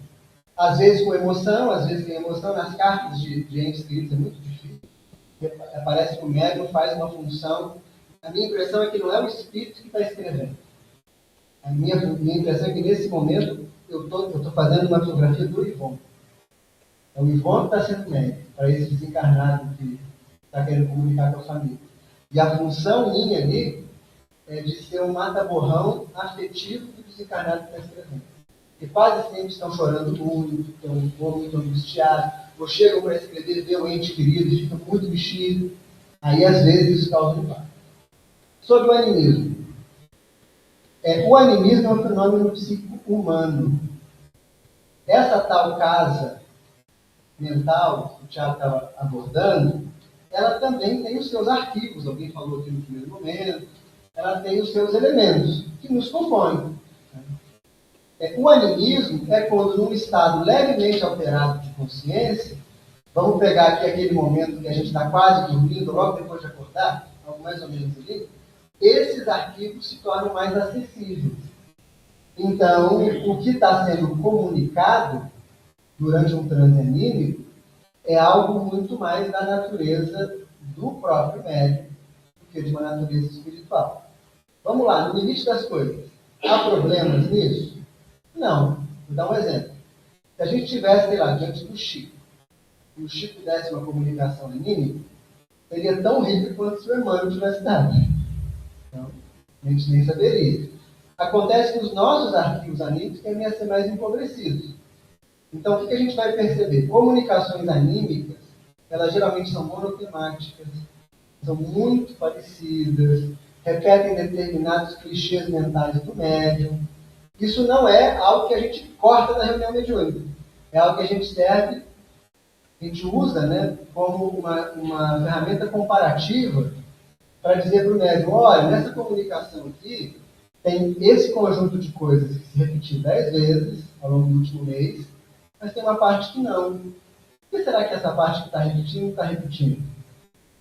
A gente tem um médium lá na reunião nossa, que lembrei dele agora, que ele tem pavor de ser enterrado vivo.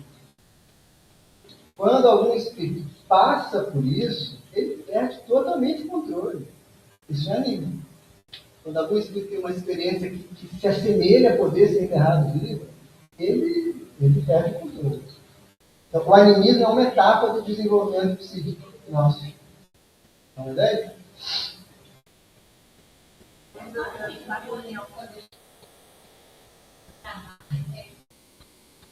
Isso. É quando a gente está na reunião. E aí Você está desligado, né? nós estamos na reunião, aí você falou para evocar os espíritos protetores da reunião, né? Os coordenadores que fazem esse trabalho, os médicos fazem. Vou dizer como é que acontece na nossa reunião. A gente começa a reunião, uma página, brevíssimo comentário, brevíssimo mesmo, 5 minutos, alguém é responsável pelo comentário daquele dia. Abrimos a reunião com uma prece feita pelo dirigente. Imediatamente em seguida, ele convoca os médiuns a fazerem as suas próprias preces particulares de conexão com os seus espíritos protetores, cuidadores. A partir daí, as comunicações transcorrem normalmente até faltando 10 minutos para o final da reunião. Faltando 10 minutos, claro que essa cota de tempo pode ser melhor. Encerram-se os atendimentos. Olha, vamos convidar agora os médicos, vou pedir para que eles se desliguem de eventuais captações de espíritos em sofrimento. E agora, nesse tempo que nos resta, nós ficamos à disposição dos espíritos dirigentes aqui da nossa casa, do trabalho, se tiverem algo a dividir com a gente, mesmo que não tenha comunicação. São 10 minutos ali de prece, de refazimento, e muitas vezes nesse período vem a comunicação. E por exemplo, nunca foi feito. É só fazer. Fazendo isso, vamos fazer uma rotina na reunião. Sim, é você convidar esses espíritos. Eles já estão ali, percebe? É você dizer assim, vamos conversar? Não, sim, mas é porque não tem esse hábito, não tem esse hábito. Então, muitas vezes a gente fala assim, pensa, a gente discute na nossa reunião, a gente tem avaliação, nós temos avaliação da reunião, e aí a gente sempre fala, nossa, mas por que os nossos dirigentes eles não falam com a gente, eles não vêm, né? Mas nós nunca também fizemos esse trabalho, essa parte. E criou-se um tabu de que não pode evocar espíritos. Claro que se a gente tem uma evocação ultra específica, sei lá, se eu quero evocar o Albert Einstein, achando que eu sei mistificado é tremendo, né? Porque eu entendo de física como... Né? Agora, a gente abrir a porta para os espíritos que dirigem a tarefa, eles estão ali. É diferente, né? Você, o sentimento está ali, mas você não falou, você não se expressou. Mas isso deixa de ser uma coisa separada e se torna parte da estrutura do trabalho. Então, na nossa casa, mesmo que não tenha comunicação, esse momento já vem. Entendeu? Porque na cabeça de médico, né? A gente olha e diz, meu Deus, será que isso é mesmo meu? Porque tem muita coisa que a gente vê e você diz, meu Deus, isso não foi. Sou eu. Isso é coisa da minha cabeça, não é? A gente fica... Na hora do fenômeno, ou o médium fica com o fenômeno ou com a dúvida. Se você duvidar durante o fenômeno, você interrompe o fenômeno. Então, qual que é o melhor modo de proceder? Vive o fenômeno e a dúvida vai para a avaliação. Na hora do fenômeno, a gente ou fica com o fenômeno. Por isso que a gente tem que confiar tanto no grupo que a gente está, o Thiago estava dizendo isso, porque eu preciso não só confiar no meu estado alterado de consciência, eu preciso confiar na avaliação que vão fazer daquilo. Que eu não vou ser agredido, que eu não vou ser destratado, que não vão diminuir.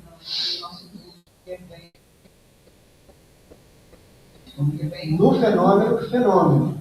Depois, aqui. Acho que foi o Orestes que mandou aqui o papelzinho.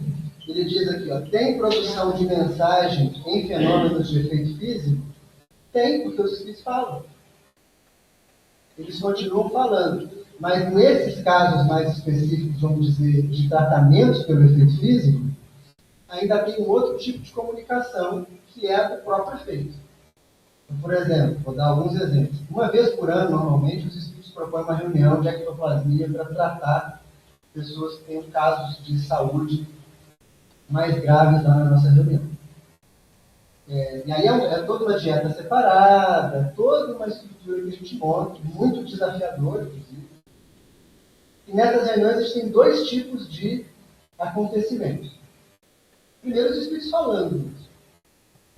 Não pela materialização, às vezes através dos médiuns e tal, que a gente poderia colocar na categoria de uma trapaça, uma psicofonia disfarçada. Beleza. Mas a gente tem aquilo que é, por exemplo, a pessoa ter tumores, ela está com os exames dos tumores, aí ela faz exame um mês depois e não tem mais. Tem uma mensagem ali, certo? Uma comunicação ali, em áudio. Aí você pergunta a mim, como você faz para saber que é o Ivon? Quais as características ou elementos você observa que é ele? Cara, essa é uma excelente pergunta, sabe? E eu acho que a resposta não vai ser satisfatória. Porque eu seria capaz de identificar o Ivon através de outro método, seria fazendo uma análise formal da mensagem. Com 20 anos de convivência, eu tenho algum chão para entender assim, o Ivon enxerga determinado tema, de determinada maneira, ele usa um conjunto de expressões mais ou menos assim, ele tende a se colocar dessa forma. Então, por uma lógica formal, eu conseguiria distinguir. Quando ele se aproxima de mim, quando minha filha era pequena, ela teve uma bronquiolite grave, ela tinha 6 meses, e ela passou a não dormir, deve ter sido muito angustioso. Depois que passou a bronquiolite, ela não dormiu. Para ela dormir, eu fazia assim, eu botava um roupão, eu abria o roupão, colocava ela só de fraldinha no meu peito, fechava o roupão, ficava sentado no sofá, e ela ali agarrada no meu peito, dormia. Para além desse ato de dormir, eu sei exatamente a sensação de toque da minha filha em mim. E ela mantém essa mesma coisa. Eu dou esse exemplo porque a familiaridade com o espírito vai produzir algo muito semelhante a esse toque ou a essa fragrância.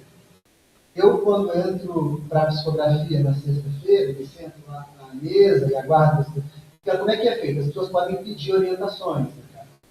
E aí tem uma colega que fica lá na porta, com uma pranchetinha, vai pegando os pedidos. Esses pedidos só vêm para mim na hora da reunião. Mesmo quando é carta, ainda fica com uma outra pessoa. Quando eu sento e começo a fazer as minhas preces para iniciar a psicografia, os papéis ainda estão do lado, eu não os vi. Em algum momento, é como se eu sentisse essa presença, que me causa algumas marcações físicas. Então, por exemplo, quando ele se aproxima para a psicografia, eu sinto uma dormência no meu braço direito. Eu sinto uma espécie de... Acho que a palavra melhor seria uma fragrância mesmo. Eu sinto como se aquela presença fosse desconhecida. E aquilo causa alguns impactos. Eu me sinto muito mais mentalmente afiado, eu me sinto mais lúcido, eu me sinto mais bem disposto, eu sinto muito calor. A primavera é uma casa que fica num lugar frio. E eu sempre fotografo só com a camiseta, assim, com a camisa de manga, pessoal de casaco, eu peço para abrir a porta atrás de mim, porque eu sinto muito calor durante a fotografia. Quando acaba a sessão e ele se desliga, todos esses efeitos somem. Então, eu acho que existem duas formas de identificação nesse caso. Uma material, formal, estilística, e uma que é da relação que eu tenho com esse espírito. Eu não saberia, por isso que eu disse talvez seja tão satisfatório. Mas tem um conjunto de elementos. De imagem, sim?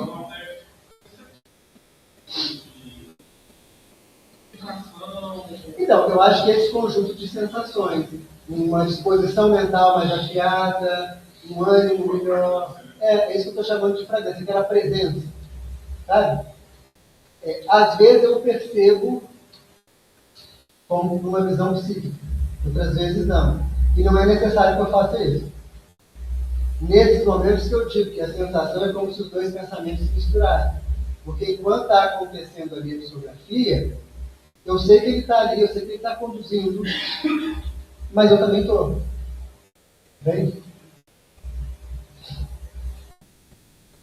Mais questões? Já dá para mais uma. Diga. Vinícius, primeiro eu quero te agradecer, né, porque algumas palavras aí ajudaram muito. A dificuldade do médium, essa dúvida sempre de achar, como ela expôs ali, será que eu estou realmente dando uma comunicação? Ou será que isso é uma fantasia da minha mente? O que será que está acontecendo? Isso é uma dúvida. E aí vem a questão da persistência, né? Que você falou, que você frisou. E realmente é a parte mais importante, né? Que eu acho que está junto ali também com a questão da humildade. Mas o que eu queria falar mesmo é com relação ao senso que foi citado aí. Porque eu respondi a esse senso. E por ter respondido, eu não posso jamais concordar com o resultado dele. Porque me fizeram a seguinte pergunta: qual a sua religião? Eu disse: eu sou espírita. Aí veio a parte B da pergunta: você é espírita Allan Kardec, espírita Chico Xavier ou espírita Bezerra de Menezes? Eu disse: nenhum desses, eu sou espírita. Por quê? Aí está assim, ela falou: sim, são essas opções, você tem que escolher uma. Eu falei: a minha opção é que eu sou espírita. Então eu acredito que por esse problema, eu não sei se foi uma forma capciosa de influenciar o resultado, foi que deu esse resultado aí, né? Eu respondi e a pergunta foi feita dessa forma, né? E no mais, eu quero mais uma vez te agradecer pelas suas palavras. Tá? Obrigado. Eu vou comentar esse ponto que você trouxe, e eu acho ele relevante, importante. Ensinaram para a gente a vida inteira que espiritismo é uma coisa só. E não é. Eu, durante muito tempo, tive uma questão com o adjetivo kardecista. Sou espírita kardecista. Eu não gostava disso. Eu dizia espírita é espírita. Boa. Até eu fazer meu doutorado estudando a história do espiritismo. Antes de Kardec usar a palavra espiritismo pela primeira vez, ela já foi usada pelo Ralph Waldo Emerson nos Estados Unidos, em outro sentido, a mesma palavra, espiritismo. Quando a gente tem, ao longo do século XIX e início do século XX, uma série de eventos políticos no Brasil que vão, de fato, cercear práticas e que vão criar outras práticas espiritualistas, essa definição de subcategorias, ela passa a ter uma validade muito grande, para que as pessoas possam se sentir representadas de alguma forma. Então, por exemplo, se, dependendo do lugar, da cidade, que a gente diga assim: eu sou espírita, de fato, com quem a gente estiver conversando não vai entender. Então, eu acho que isso é uma questão interessante, porque hoje me parece que faz muito sentido usar, por exemplo, a definição kardecista. Porque o espiritualismo ou o espiritismo norte-americano não é igual ao kardecismo. E o kardecismo não é a única vertente. Quando a FEB publicou, na década de 80, 60, um livro do Arthur Conan Doyle, ela fez uma trapaça. A primeira edição desse livro, a primeira versão. Ela escreveu um livro chamado A História do Espiritismo, mudou de título. Esse não é o título do livro. Depois, na edição de 2010, se não estou enganado, isso foi corrigido. E aí foi a história do espiritualismo. O livro tem quase 27 capítulos. Allan Kardec aparece em 1/3 de um capítulo. Dentro do movimento alemão, francês, não sei o quê. A questão é que o modelo espírita, conforme Kardec codificou, ou organizou, ou trabalhou, ele foi o que ganhou mais penetração no Brasil. Então a gente faz isso, a metonímia, que é tomar parte por todos, a gente faz uma metonímia com a coisa. A gente diz assim, espiritismo é igual a kardecismo, mas não é. Não é. Isso se a gente não for citar outros eventos históricos dentro do próprio espiritismo. Por exemplo, quando a gente estava no governo do Getúlio Vargas, a FEB foi fechada algumas vezes, porque era proibido no Código Penal praticar espiritismo. Como muitos espíritas eram militares influentes, eles conseguem reabrir a federação. E a federação tem uma postura aberta, tem documentos explícitos de sugerir que algumas casas que fossem pela umbandista se apresentassem como espírita, para que elas não fossem fechadas. Então é uma preocupação muito pragmática. Se é espírita, pode. Quando a gente lê Brasil, Coração do Mundo e Pátrias Evangélicas, que é um terror historiográfico e doutrinário absurdo, se a gente pensa que aquele livro é um livro de doutrina espírita, a gente está entendendo errado. Aquele livro é uma carta do Humberto de Campos para o Getúlio Vargas pedindo ajuda. É um movimento político. Tem um outro livro do Humberto de Campos antes desse, não sei qual que é um de crônica dele lá, em que ele manda uma carta aberta para o prefeito do Rio de Janeiro que tinha cortado a subvenção de um lar de crianças internadas.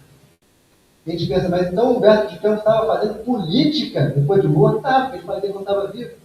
O Brasil, Coração do Mundo, Pátria Evangélica, é a construção de um mito nacional espiritual, que é o que o Getúlio Vargas estava fazendo a partir de uma política convencional. Então, todos esses eventos que foram marcando o trânsito do movimento espírita no Brasil acabaram criando essas subcategorias.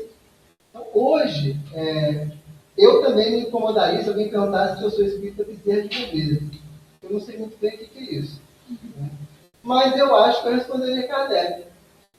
Porque é como se a gente precisasse também perceber que essas mudanças estão colocadas. Agora, a parte disso, eu acho que tem algo acontecendo no seio do movimento espírita, que a gente precisa olhar. O trabalho que vocês têm aqui, só daqui tem para continuar, esse atendimento às pessoas que têm demandas sociais, é um trabalho maravilhoso, um trabalho ímpar e um trabalho incomum. A gente vê cada espíritas cada vez mais perdendo, por exemplo, a sua penetração nas classes sociais mais baixas. Via de regra, com raríssimas exceções, não existe um trânsito da pessoa que chega na casa espírita pela via da assistência até ela estar, sei lá, numa reunião mediúnica, como a gente está falando. Aí a gente pode dar uma resposta mais simplista, que é dizer assim,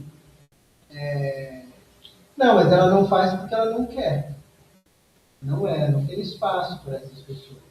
Algumas instituições vão dizer assim, para você ganhar a cesta, você tem que assistir um estudo.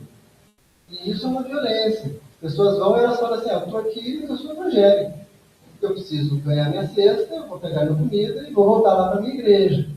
A gente tem, nos últimos 20, 30 anos, uma perda considerável do acesso do espiritismo a algumas grandes fatias da sociedade. O que pode levar a essa diminuição. Vou dar um exemplo. Quem já viu aquelas imagens do Chico Xavier distribuindo alimento, dinheiro, aquela multidão de gente? Quem já ouviu falar, ou já viu imagens, já foi até a Mansão do Caminho, do Divaldo, lá em Paudalina, Salvador. Atividades como essa são impossíveis de serem realizadas pós-1988. quando no Estado brasileiro a Constituição insere, por exemplo, Sistema Único de Assistência Social e Sistema Único de Saúde, que antes não existia. Então, esse espaço que a gente tinha de trânsito com uma parte grande da população, a gente perdeu. Olhando para o Espiritismo hoje, é uma prática de classe média alta, e de classe média, média alta. A gente não tem tido muito contato com as classes populares, se não for pela via da assistência. Então, tem muitas casas espíritas, eu conheci 4 na região dos Lagos, por exemplo, no Rio de Janeiro, fecharam, depois da pandemia. Conheci algumas outras que as pessoas são 3 pessoas, não conseguem ter mais presença. Tem muitos eventos aí participando do processo, mas acho que resta para nós, sem nenhum tipo de culpa ou de, sei lá, martírio, pensar um pouco desses pedidos que a gente está fazendo nas nossas casas todas. A Primavera é uma casa nossa. Tem várias atividades que a gente vai ao encontro das pessoas, mas elas ficam num bairro de difícil acesso, para quem não tem tanta condição. Né? A gente não tem frequentadores que sejam de classes que estão mais simples. E aí, vamos ver, essas pessoas estão aonde? As igrejas pentecostais reformadas quase passaram os católicos. Então, quer dizer, tem um fluxo, tem uma dança aí. Sem contar um número significativo de espíritas que faziam parte do movimento como nós o conhecemos, mas por uma série de questões de preconceito, vão para um bando, por exemplo. Tem mediunidade, não consegue estudar na casa espírita, vão para um bando. Mas um bando consegue circular e se dizer bandido. Então, tem um nó qualquer aí, que a gente tem que olhar para esse nó e pensar. Tá, será que não teve uma diminuição? Eu acho que é uma diminuição pequena. Mas será que ela não está apontando para algo que a gente vai ter que lidar daqui a pouco? Porque, olha aqui o salão, nós somos o quê? 80% de pessoas 35 mais? Nós somos talvez uns 30% de pessoas 40, 45 mais? Percebe? O espiritismo está envelhecendo. E isso precisa dizer alguma coisa da gente. Mas eu entendo, acho que Deus me perguntar. Queria que saber da religião. Pessoal, obrigado, tá?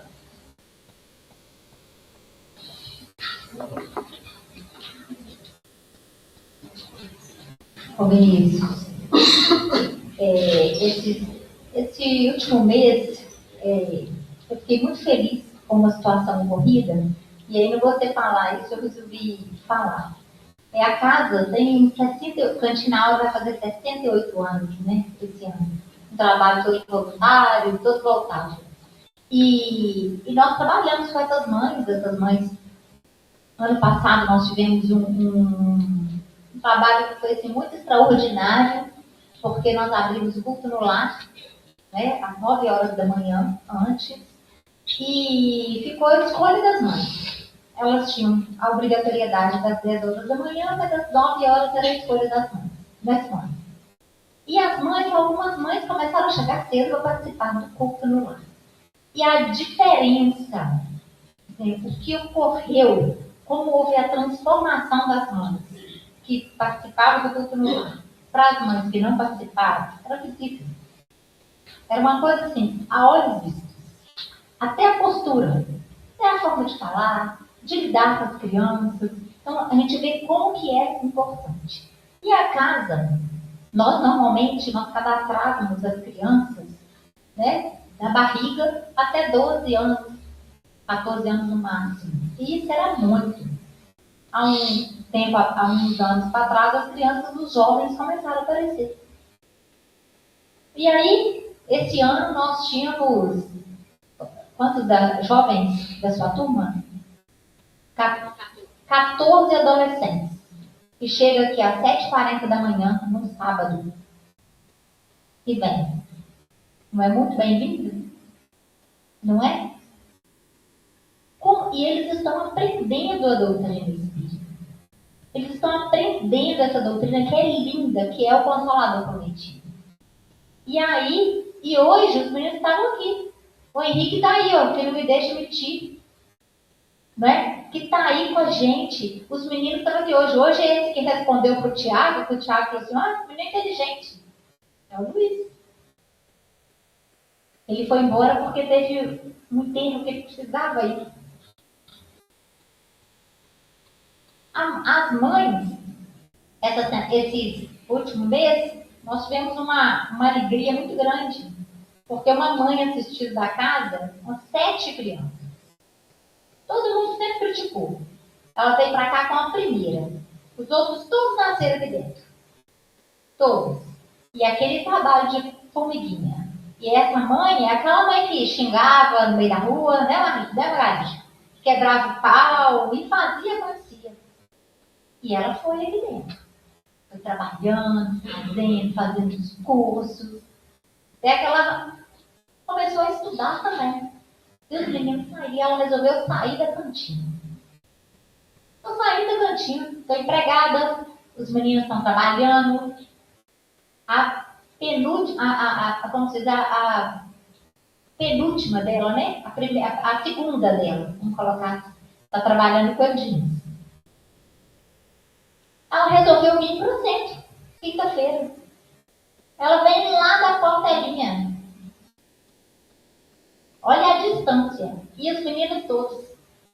E o mais interessante, ela virou para mim, no dia que ela teve aí, e falou comigo assim, a minha patroa perguntou como é que era lá. E eu contei para ela, se ela relatasse para vocês como que é a doutrina espírita, vocês não acreditam. Como que é a visão dela. Eles falam desse povo, mas está todo mundo enganado. Eles só falam de Deus. Eles só querem o melhor. Só pensa em ajudar. E aí ela vai falando. Tudo que ela falava com a patroa dele. E aí a pequenininha dela virou para mim e falou comigo assim, ô tia, você não sabe agora do que aconteceu. Eu falei, o que aconteceu? Agora eu sou espírita. Agora eu sou espírita. Eu falei, você é espírita? Tô. Agora nós somos espírita. Minha mãe falou. Eu falei, que ótimo. Pode vir todo mundo. E elas estão vindo. Toda quinta-feira, ela sai de lá, vem as menininhas. As professoras não conheciam os meninos, porque ela já tinha saído da cantina, um ano, e os meninos estão vindo. Numa distância, gente, que eles moram, uma distância, e quando a gente chegar aqui, lá no cemitério, eles andam numa estrada de chão, no escuro, para chegar lá no condomínio. Então, quer dizer, tem que pagar aplicativo. Um aplicativo para ir para voltar é R$50. Por quinta-feira. Resumindo, R$200 no mês. Para ela poder participar. E aí a gente vê. Então, assim, a gente fica muito feliz, mas é essa realidade mesmo. É muito mais difícil. E outra coisa, a realidade de todas essas pessoas assistidas é a igreja evangélica ou a igreja católica. Eles estão muito mais próximos. Mas a nossa missão aqui dentro é conscientizar, é ensinar que eles sejam bons cristãos onde eles estiverem. E se quiserem vir, a casa está aberta. Com muito carinho para receber tudo. É igual hoje. Foi ótimo. Nós já ficamos assim, super felizes. Por quê? As crianças, os meninos, os adolescentes que estavam aqui, ninguém foi obrigado a vir. Eles foram convidados. E eles estavam aqui. Então, isso para nós é muito importante. Nós colocamos no grupo das mães. Olha, gente, quem quiser vir, pode vir. Quem sabe ano que vem a gente vai ter alguma. Não é? Que é o papel. Mas é difícil. Mas é um trabalho. Aqui. Mas vale a pena. Porque quando eu vejo os meninos aqui, é uma gracinha. Eu falo assim, nossa, estou acreditando que agora são espíritas. Então, para encerrar, né, gente? A gente só tem que agradecer esse dia todo, desses ensinamentos, de tanto conhecimento trazido para cada um de nós, que nós possamos levar, né, as nossas casas, sempre fortalecidos no trabalho de amor, no trabalho de perseverança, de unidade, de confiança sempre em Deus. Então, vamos pedir os meninos